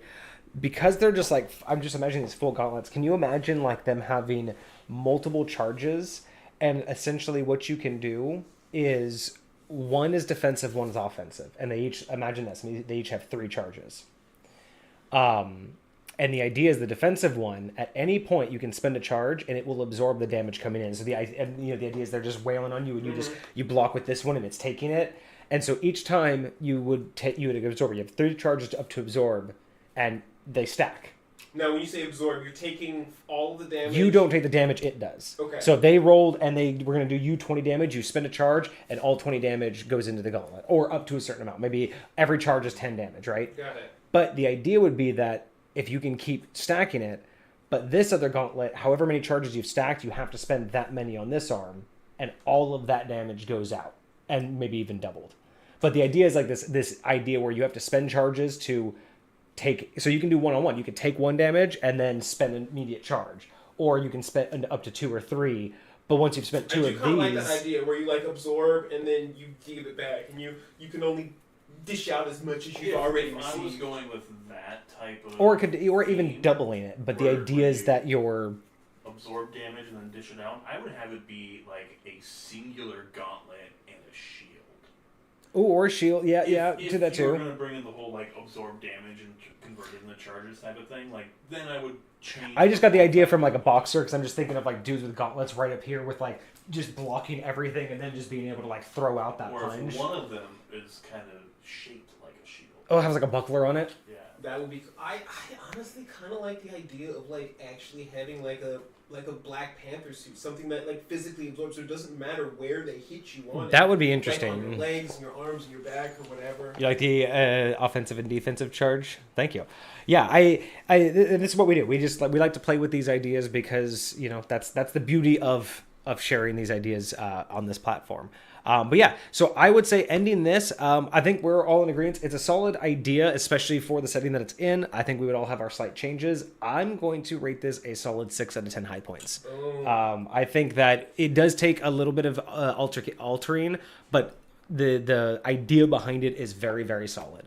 So yeah. You're giving it high points, as in how well it would fit into your setting, based off its. So what I've started doing, it was kind of just a random thing I did at the very first one. I just randomly was like, 8 out of 10 high points or whatever. But right. I've started to basically do when I do the reviews. The idea is that basically 10 out of 10 basically means it's so good it needs no change for me to use it, and I most likely will use it in high point. Right. 9 is basically needs no changes, but maybe I just wouldn't use it or I have no interest in it.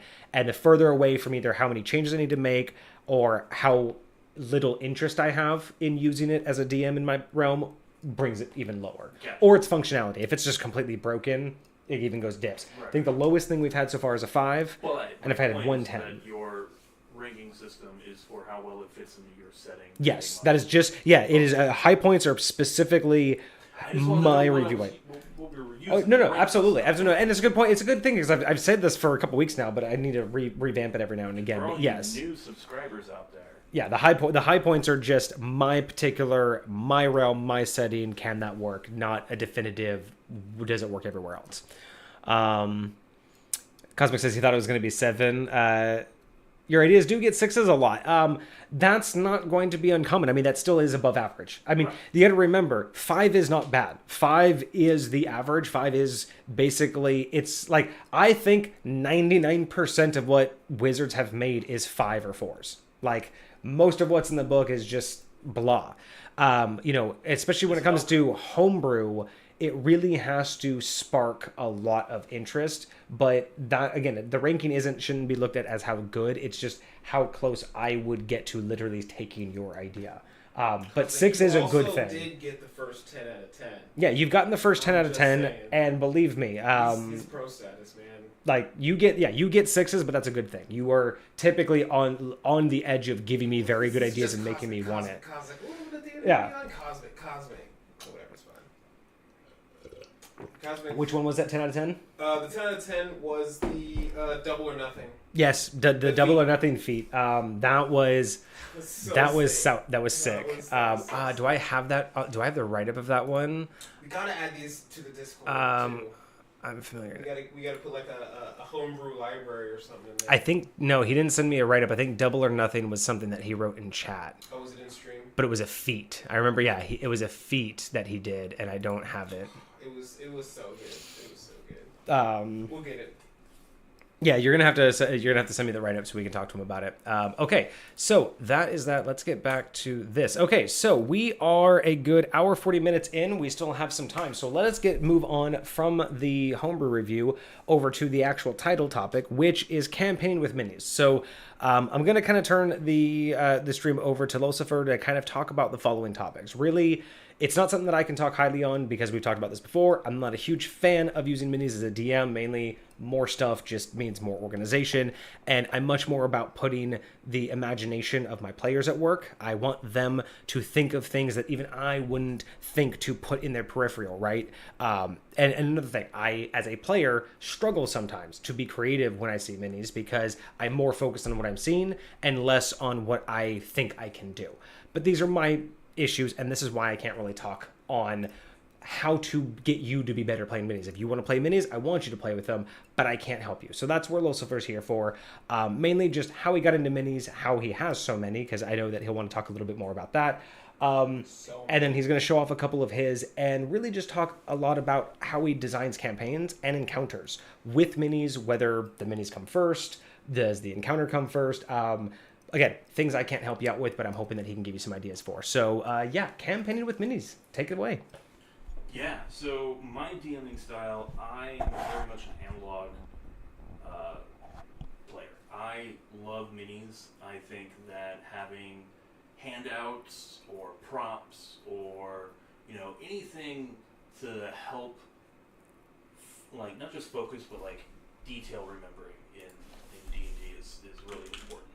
Again, scheduling is the big bad evil guy of everybody, and it's really easy for players to lose track of fine details and whatnot, whether that be plot points or info that they picked up or whatnot. And I find that having something to hand out, whether that be the cards that I initially made for 4th edition, or if that be terrain for layout, right? If that be minis for representation of what your enemies are, and et cetera, et cetera. Like, there's benefit to be had from a player perspective for having minis, right? Not everybody can keep track mentally of 8, 9, or God forbid 15 or 20 individual placements of things. I mean, that's something that I know. Like, let's say I still struggle with it, but I can get a general sense. Let's take the stereotypical, like, kobold horde, right? Or like pack of kobolds that you would come up on a forest road or something like that, right? You've got some heavy hitter melees with like spears, so maybe they have reach, right? You've got some slingers, right? You probably maybe have a couple of archers, right? You got some melee people, maybe you got a trap, right? You got a variety of enemy types, right? In terms of tactically in a fight, in combat in D&D, who you're dealing with, who to prioritize, what type of tactics to expect coming back, and how to position your own selves, right? If you don't have a visual aid, whether that be like, let me write Archer on this piece of paper and I'll put this over here and like do this, like if you don't have something, right? If you just on a whiteboard or whatnot, you just write 1, 2, 3, like these people, like, oh, 3 is the Archer, and like remember that, and it's like that's really difficult from a player perspective, at least for me. A lot of new players too. And a lot of new players too. Like tactfully, once you get to a big dynamic battle, right, with a bunch of different tactics involved, it can be really difficult to know, like, oh, that guy over there, that's the heavy hitter. I thought he was the archer. That's the only reason why I ran up to him. Be like, no, dude, that's the big guy with the double-handed axe. Like, oh, damn. Had I known, right? Mm-hmm. That phrase in D&D gaming. Had I known X, I wouldn't have done Y. Yeah. And that really sucks as a DM to hear from your players, especially if we're like 4 or 5 steps beyond that. Where it's like, oh, everything I've done for the last 4 turns, my character would have known that was the archer, but I, as the player, haven't been on top of it. Can we retcon something? Like, and so then even if you don't retcon or anything like that, or if it not, it's very disruptive to the gameplay and the flow of things. Exactly. And so for me, I really like it because I could say, if I have a mini that's designed to be a little kobold with a sling, everybody knows that's the kobold with the sling. Yeah. Right? It makes for very easy recognition very quickly. Exactly. And so there's benefit to having combat with that. Now, you could take it to unhealthy levels and just do diorama everything, right? But that is a long road to get to. There's just so much stuff. And once you start down the road of having minis, especially if you're making your own, there's never enough. You're like, oh, like, yeah, I could, like... Well, because once you get... It's one thing to say, hey, here's minis to represent the enemies. Then you get to a stage where it's like, okay, well, guys, check it out. I actually have goblins for this one, and you're fighting goblins. And then it's well, I have these guys holding swords, and this guy holding a bow, so that's range. And then again, you get to the point where it's like, well, that guy's obviously what he is. He's a sling. So then you're like, well, wait, I don't have a guy with a battle axe. I don't have a guy with a crossbow. I don't have a guy with a hand crossbow.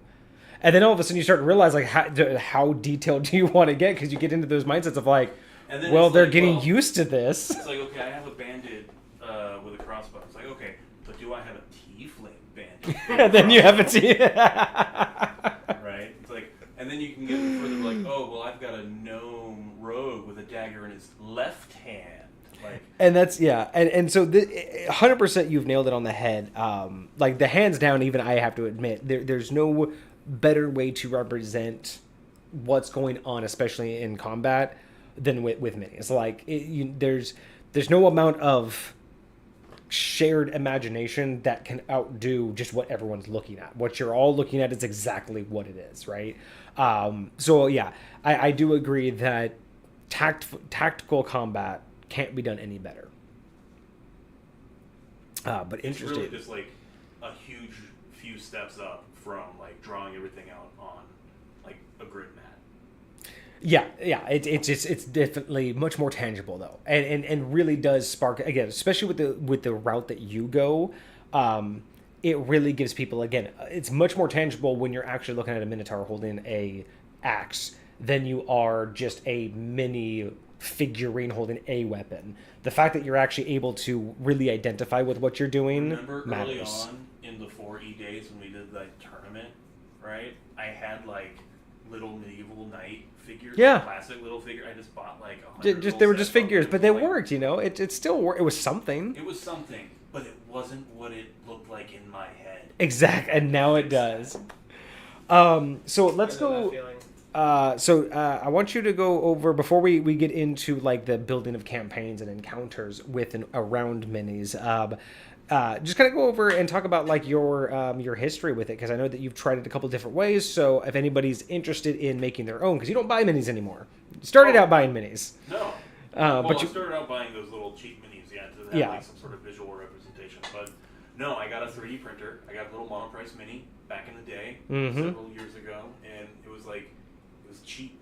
It was like $200, right? Cheap. I mean, relative, but yeah. Considering that you go back. Honestly, what you get for it? 5 years before that, and the cheapest 3D printer you can get at your home was like $800,000-$900,000. Yeah, I mean that's you cheap. Get yeah, one for the price of a phone that no one would care about. Who the hell's going to spend $200 on a phone? I mean that is fair. I mean that is fair. Considering that what a $200 phone brings you, a $200 like 3D printer is probably nothing. Yeah, that's fair. That's a good point. And now, yes, it does come with a big learning curve, and you have to learn the machine. Troubleshoot, you have to learn the software. That's your jam. Like that's all your jam though. Yeah, it's pretty fun. So if you're into tinkering, 3D printing is great. Yes. So listen to him. If you are into 3D printing, it's not my jam. Listen to him. Yeah. So I'm gonna open up this other camera here, and we will look at. Boom. So let me show off some of this here. Yeah. So those two elf busts, right? Those are examples of the two 3D printing mediums that I've used. The one with all the various lines that you can see, that was made with an extrusion printer, the monoprice mini, again the cheap $200 printer. It melts plastic, lays it on layer by layer, and it's essentially like a really fancy glue gun. But you're able to make some pretty cool looking things. And so I started out making a bunch of minis with that. The problem is that once you start doing that, you're like, yeah, this is great. It looks so much like what I have in my head for this monster or this character. But once you start making a few of them, you're like, okay, like as a creator, you see all the flaws in your art, in the stuff that you make, right? Like other people, like it might not stand out to them so much, but that looks great. Oh, like perfect. Oh my gosh. No, there's that wrong. There's that wrong. There's that wrong. Did you not even see that thing underneath? Yeah. So as like we're our own biggest critics when it comes to our creations and our art, right? We're always gonna find the stuff that isn't perfect, and so that's when you decide, okay, maybe I need to take things to the next level. And so you stop with the extrusion printing and you go to the SLA, the resin printing. And that's where the second elf bust model comes in. It's the exact same file, the exact same dimensions. It's just one's melted plastic and the other is photosensitive resin. The detail that you get on the resin prints is just phenomenal. There's also hundreds and hundreds, probably thousands of different free character models and whatnot that you can get that have been designed by the community specifically for 3D printing and tabletop gaming. So if you have the time, if you have the space, if you have the dedication to go through it and go through the various learning curves, you can make yourself a little horde of minis. Now, it's great because you can create all of your own character props, you can create terrain, you can do all sorts of stuff. But once you start down that road, like, you never have enough. There's always more. The collection is never complete. And then, of course, you get into the painting of them, like this guy. Yes. Which I love little stuff like this. I'm always happy with the small stuff, and we'll see if we can get this one. It won't really light up, but he did. You did the translucent, right? Oh, those are the walls. Yep. I like Translucent different. red. They're like bisected with different textures and stuff. That's pretty dope. That's pretty legit. Different. Remember these? Yes, very much so. walls. I remember when you were trying to Cosmic put says together- that fire's lit. when you're trying to put together those archways with the little doors inside, Yep. trying to get those hinges to work, like, it's a huge process to like put this stuff together. Like you were talking about fine tuning all your stuff, but it's like that's your craft, man. That's way cool. Yeah, and to use it in a game too, and actually have it come to fruition is really satisfying. Now again, it is like it's a lot of investment, not just from like a monetary aspect, but then storing it and everything else, like Time, the resources, time. And then it's like, for I sure. have all these minis, but they're all gray. It'd be great if they were painted, and then you gotta paint them and whatnot, and you know Your work begets more work, begets more work. Exactly. The hobby is never over. Yeah. But, you know, I mean, at a certain point you gotta decide, is it a labor of love? Oh, it's totally a labor. For You sure, have to and go so in it's like, knowing that from the beginning. you can go into it like thriving and enjoying it. Like for me, I don't know what it is, like organizing stuff, building structures, all of that. Like especially within like my D&D, like you can create patterns, you can create programs, stuff that automates. You know, we were doing stuff in the Discord not too long ago, creating our own bots. You know, just being able to build stuff and being able to use it and see it come to, like you said, it is really a satisfying experience. I'm not gonna lie. Oh yeah. But so, if you had to say, how many minis do you have? Well, it depends on how you define a mini. Okay, we're talking about not Not tiles tokens. and stuff like that. You mean We're the talking stairs don't count? about the stairs don't count. Okay, so how about this? Not landscape and not token. How Yes, many not the little death minis? tokens, but like How many minis do you have? Not prints, minis. and you can count the purchased ones if you want. I don't really have any purchase ones. Like that's Oh, the you got rid thing. of them? That's no, I never really had any to begin with. Well, the The little old plasma- cheap ones. Yeah, those are on a shelf. I don't really count those. That's what I But was like. If you like want. anything of this caliber, like you can buy minis of this caliber, right? You can go to like A1 Comics, or you can go to your local gaming shop, anywhere that does board table gaming in London, you can buy minis. But you're paying like $10, $15, maybe $20 for a mini this size. And just one. And if you want to build a collection, and they're $10 a pop, and I easily... How much does that cost you? Without paying? In material costs, like just the resin, this was probably like half a cent. Half a cent. Okay. Now, I'm just talking about active time, because the prints, they take a while to actually print, but you don't necessarily have to actively be there doing something. Yeah, I would usually have it running while I work. But you have like 15, 20 minute like setup time. You gotta get the tray together, you gotta set up the program, about how long does it take you to like get a mini? Probably do about 45 minutes to an hour prep time just to get the print started. And that's mainly because I don't just do one mini at a time. I do an entire tray about this size. You want to hold that up? It's not. I can actually do this for you guys, so you can actually see what we're seeing. I actually do. I have a set here. I don't know. This is like what, 11 inches by 6, 7 inches, something like that. And you got what, like 16 minis in there? Well, it holds 16, but there's 3 in here, 4 in here, those 2 are like in here. mini minis. Yeah, these are like, cold are small. Also, the beautiful thing about 3D printer is that you can do it all to scale. So, right? are we saying that even with the triplets in there, all of that would be one print? No, this would all be, like, I would print it all at the same time, but these are different models. So, like, roughly on a print, how many would come out in a print?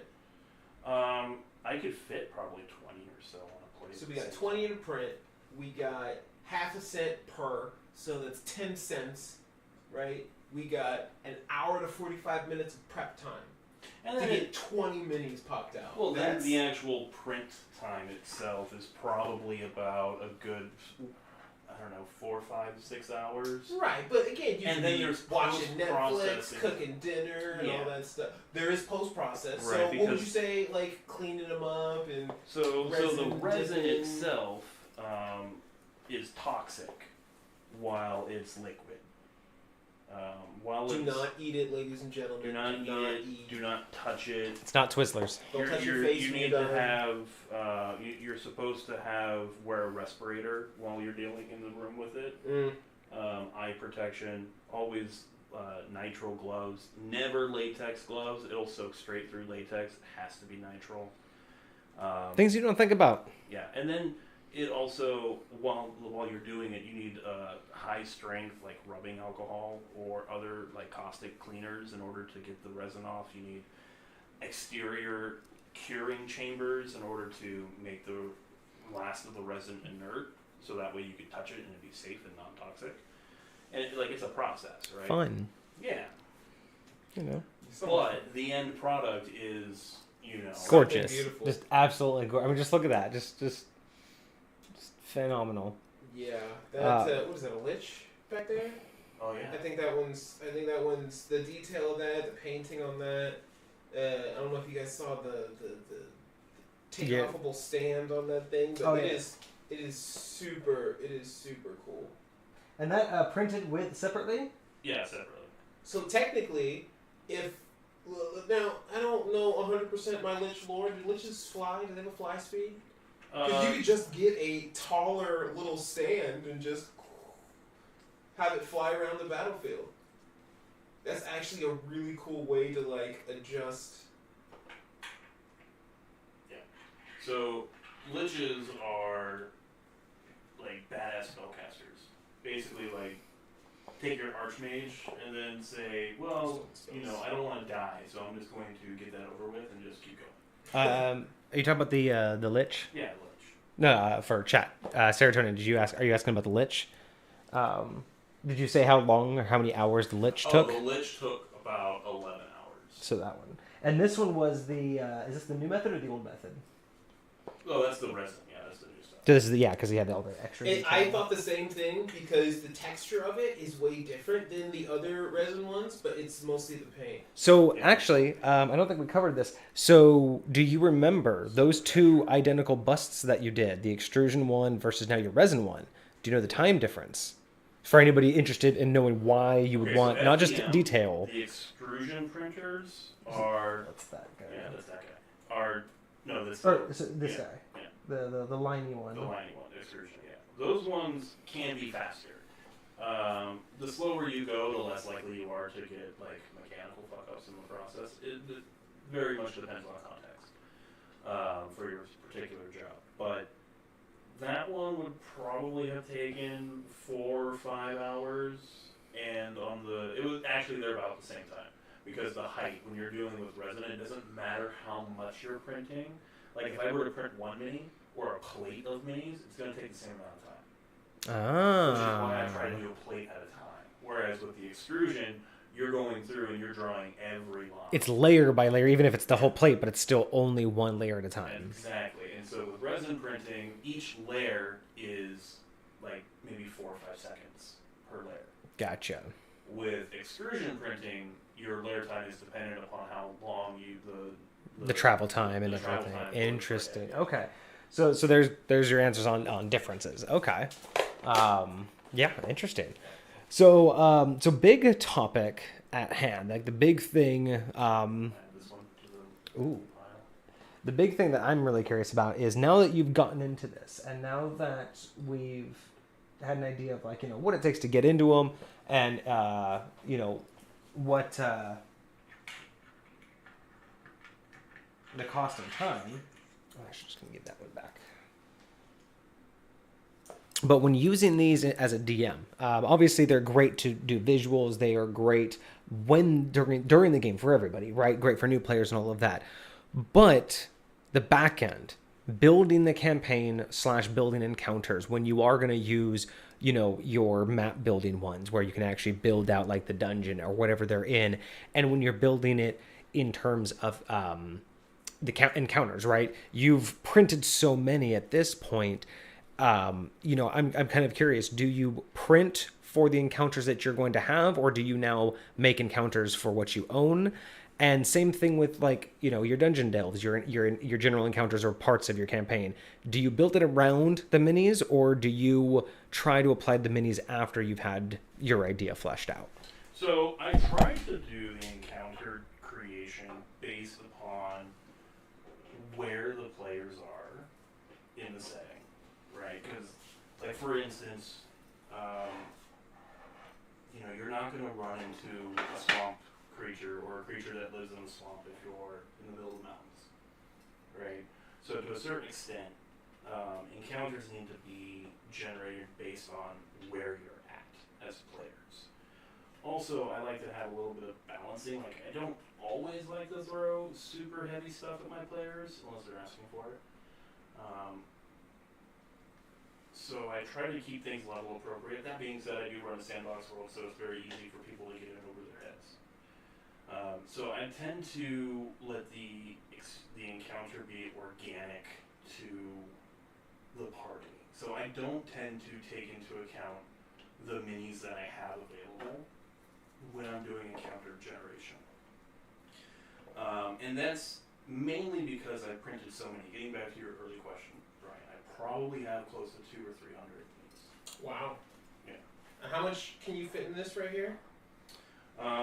Well, there's a bunch in here. I probably have 40 in here.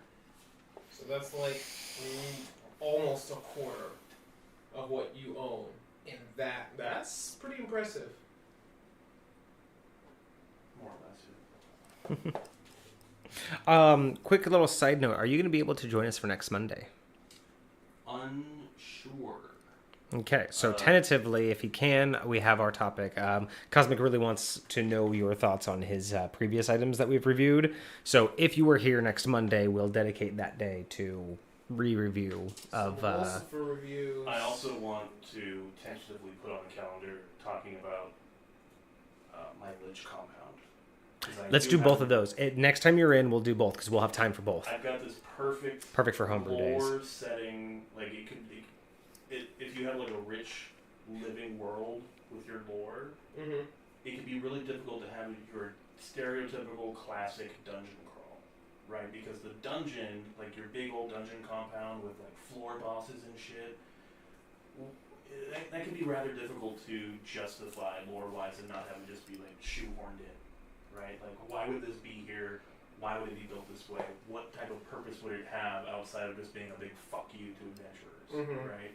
Like, stuff doesn't just exist in a vacuum. It has to have a reason, a basis, a reality in the lore, and it can be really difficult to have a stereotypical classic dungeon crawl experience if you're running a game like that. But I came up with a perfectly lore-friendly, albeit a little homebrewy, way to have that type of setup with a lich compound that has been specifically designed to attract adventurers because they have strong souls. I do like the idea of, player characters setting themselves apart. Like, even in your world, there's so much that, like, you're unique, Vortex, Zenith, excuse me. Zenith Same doesn't person. have, like, you were saying that there are these pockets in his existence that are empty for him. He knows it.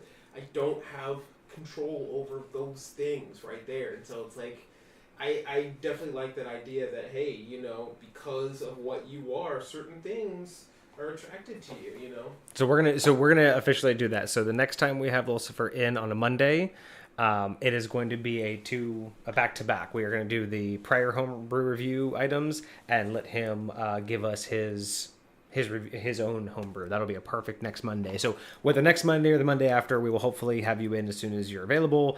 You have life things happening. So, yeah. Okay, so you've talked about, so you do like to set up your things based off of the game. So the minis don't dictate how you build out or how you plan your campaigns or your things. In fact, before I had the Umber Hulk mini, like, because I wasn't sure if that particular session was going to be a 1 or 2. Oh yeah, we'll get to that. Don't worry. No, sorry, continue. I was talking to Cosmic. Yeah, I wasn't sure if that particular one encounter, so I didn't have the Umber Hulk, the boss, for the temple they were exploring. I didn't have that mini when I designed that encounter.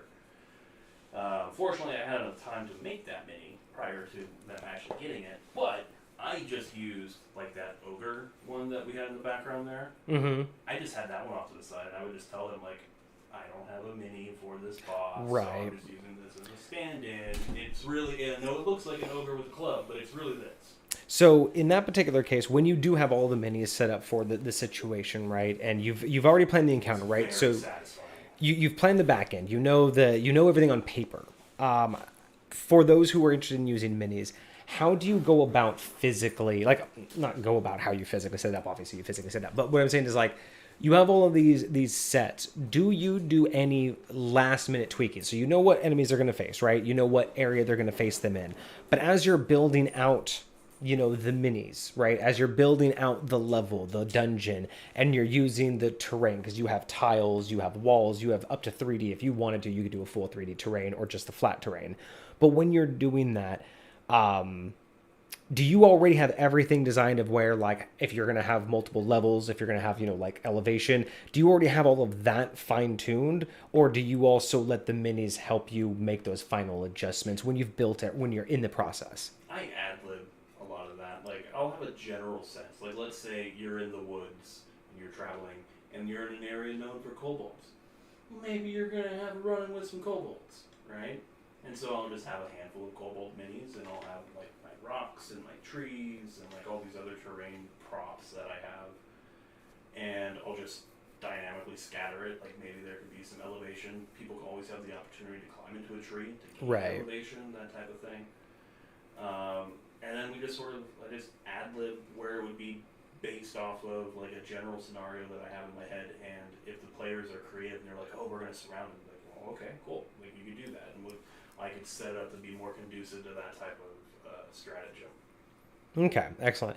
Because I've tried to watch, like, tutorials, not tutorials, but, like, other DMs who use, like, big elaborate mini setups to where it's like almost like looks like, Warhammer, where it's like the whole table's filled up with everything. And the way that they try to talk about, like, utilizing everything, it seems like their approach is, well, I have this mini and I have this environment, so I'm going to it seems like they really let their minis dictate what they had available, right? So they planned their elevations not so much around. When you have a wide library of minis, it's a lot easier to do that because you can marry the two together, like the role play or the organic encounter design, and you'd be like, oh, and I have a mini for that. Oh, and I got a mini for that. Oh, and I got these terrains. I can piece them together like this, and I can make that. Like, once you have a certain critical mass of assets, it becomes really, really easy and really, really satisfying to do that.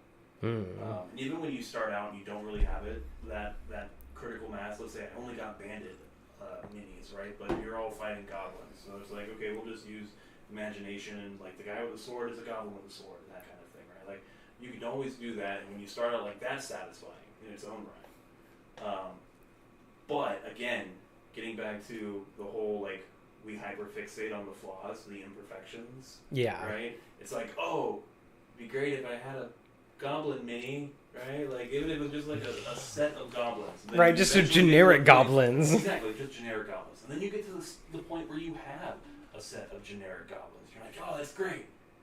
But if I had 2 sets of generic goblins, and the second set was different, so I had more variety, and it's really just one big set. It's kind of like dice. It sounds a lot like how you do dice. Dude, you start out with basic, and then... Minis. And when you can make your own minis, it's as easy as going online and saying, like Hero Forge? Looks good. That's what I want. Download. Yeah. Or in a Hero Forge and basically Skyriming your own character out of it. There's always that, but again, there's hundreds, if not thousands, of free designs. Oh yeah, files that you can just download and just pop into your machine. And just download. Again, there's some prep work and whatnot. And you not as easy as just hitting the download button and it does it, but a lot easier than 3D sculpting your own mini and then printing it. Right. Okay, excellent. Well, thank you. That's more advice and more insight than I could ever give. It's really satisfying. Like, if you have the time commitments and like the learning curve commitments, and you have that energy to invest in it, it's a really fun road to travel down. Mm-hmm. But it's also a pricey road to travel down. Yeah, like, it's like any hobby. You got to know that this is your jam. The route that I took is actually the cheaper long-term route because I'm making my own minis, and so I'm getting them at material costs and time costs versus, again, going to the store and paying $10 for a mini, and then, I got 300 minis. I paid $10 a piece for them. I've spent $3,000. Like, it adds.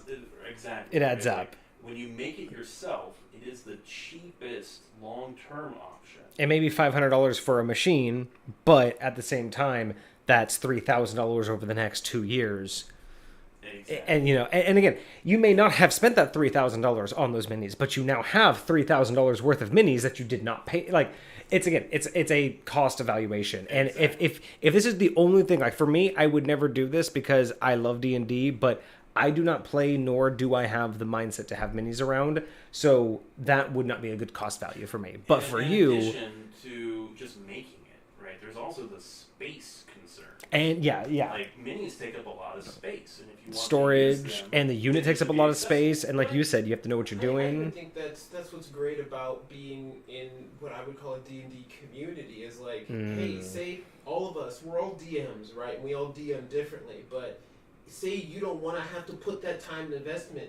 You play in a game that you're DMing, you can bring your minis. We can use the minis. Like, exactly. Like, if you have a good community for that. That one person's got all the minis, but we use those minis for every game, no matter who's DMing. Right, they play, but they bring them to the you can. Somebody's really into it, but somebody else is really into lore, so they just sit there and make maps all day for everybody. Well, and I mean nowadays, there's I don't know how it is, with the schools now after the pandemic, but it's like a lot of schools were getting things like 3D printers in the schools and looking for projects. So not necessarily your school, but if you have an access to a 3D printer and a group of kids, or a group of friends, like you have something. But yeah, so real quick before we let you go, we are pretty much at the end of our stream. We do want to cover one real quick thing. It was the feat. It's the only 10 out of 10 so far that High Point's gotten. It is a quick little feat. It's about a paragraph long. We'll do that. We'll close it up, and then we are going to be good for today. So this is the double or nothing feat. This is another one sent by Cosmic. I believe this had a Yes. Okay. So the double or nothing feat. It is a spellcaster's feat specifically. So it makes it so that when they cast a damaging spell that targets a single creature, they make that creature that they target will make a saving throw. Arcana, if it's unless it otherwise stays. So if it has its own saving spell, you use it. Otherwise, it just defaults to Arcana. So using Fireball, such as using Fireball, using Dex, or Ray of Frost using Constitution. Those are specifics. Anyway, when you're using this feat, if you use the feat and you cast the attack spell, and they have the target has to make a save. If they fail, the target will take double damage. However, if they save, they will take no damage. So unlike your normal half, full on and of fail. Course you have to call this as you're making the attack roll. Yes. It's almost like treating every spell like a cantrip. Because most cantrips are all or nothing. Mm-hmm. Like, you don't get, half damage on the save. So, imagine your Fireball is all or nothing. Yeah, but that's the idea. So if they fail their save, they are going to take double. But if they pass, it's everything. So it's literally and this is why I got 10 out of 10. I have nothing to say about it. It's good balance. The only thing I told him, and the only reason why this bypass is because I have nothing to change about it. The only caveat to bring it into High Point is I said that I would personally, if I were to let this out to my players, it would be limited to Warlocks because it would be a deal with their patron, which would make most sense. Again, I have to understand how you would have it, right? It would make sense to give it to Warlocks. It would make sense to give it to possibly the right type of cleric / paladin of the right type of god who would allow them to double or nothing their clerical spells. I also liked the idea of doing it to, I think I said artificers. So they could essentially, when they're using like magical items, they could use their artificer power to double or nothing. Kind of do the fizzle out or not. So I would lock it to specific types of classes. I can even see a sorcerer. Yep. Right, Again, the background of the sorcerer. So again, if it made sense, so not any magic user, but the right type of magic user. And again, you could, if the player wanted to make a justification, I could even see justification for druid. But I wouldn't just let any wizard. I wouldn't just let any spellcaster do this. Yeah. It would have to be locked to a specific type of class. But that's it. That doesn't. He doesn't say anything about that, so I didn't fundamentally have to change anything about it. And I want this. I want someone to use this. Totally use this. I would just have a slight caveat: pre-lore lock, so current setting, Right. Time frame. I would probably have it only be limited to the spells that, on a save, would do half damage. So you wouldn't apply it to attack roll spells? Only spells that would already have a DC So save. if you make a save against the spell, and if you succeed, you take half damage, I would have the effect. That's of when those this spells. works. Right, so if, for instance, if you're casting Disintegrate, that's not a saving throw spell, it's an attack roll spell. Right. So, So it wouldn't that do wouldn't anything. count. But Fireball, you're making a dex save. For sure. Right, so that would count. Yes. Right, and I would do that. But post lore lock, future setting time frame, I would have the rules as written. Yeah, as is. Like I said, as is. This is it's solid. It's a feat that makes perfect sense. For High Point, I would just tie it to the spellcaster's background. But that idea that it is perfectly balanced. It is literally giving you everything you want out of it, is because you really are fundamentally changing whether or not that spell is going to work. Because half damage on a fail is all, or on a save is still nice. But if you But spec man, your double or character nothing. to just have a really high spell save DC, That's- now you're doing double damage in all of your saves. But there are a lot of... Think about any legendary creature. Now, granted, hopefully you're smart enough to not use it on a creature who has a legendary resistance, but they can just save. Screw your save DC. I'll just save from it. And yeah, but take 0 damage. But if it's a feat and it's not like you could use this X times per short rest or whatever, but if it's just a thing you can do because you have that feat, then you could just fucking burn through those legendary But you're resistances. still burning through spell slots doing that. Also, I would also potentially have this work for spell scrolls or any stored spells. And that's why I put or Artificer. Spells for magical items. And we'll see, and that right there is why I put Artificer, because Artificer in High Point would be locked to exterior magic, obviously, unless ways there's to cast spells other than burning a spell slot. Is my point. For sure, for sure. Ooh, Cosmic says maybe it could be like the Sorcerer's new type of meta magic.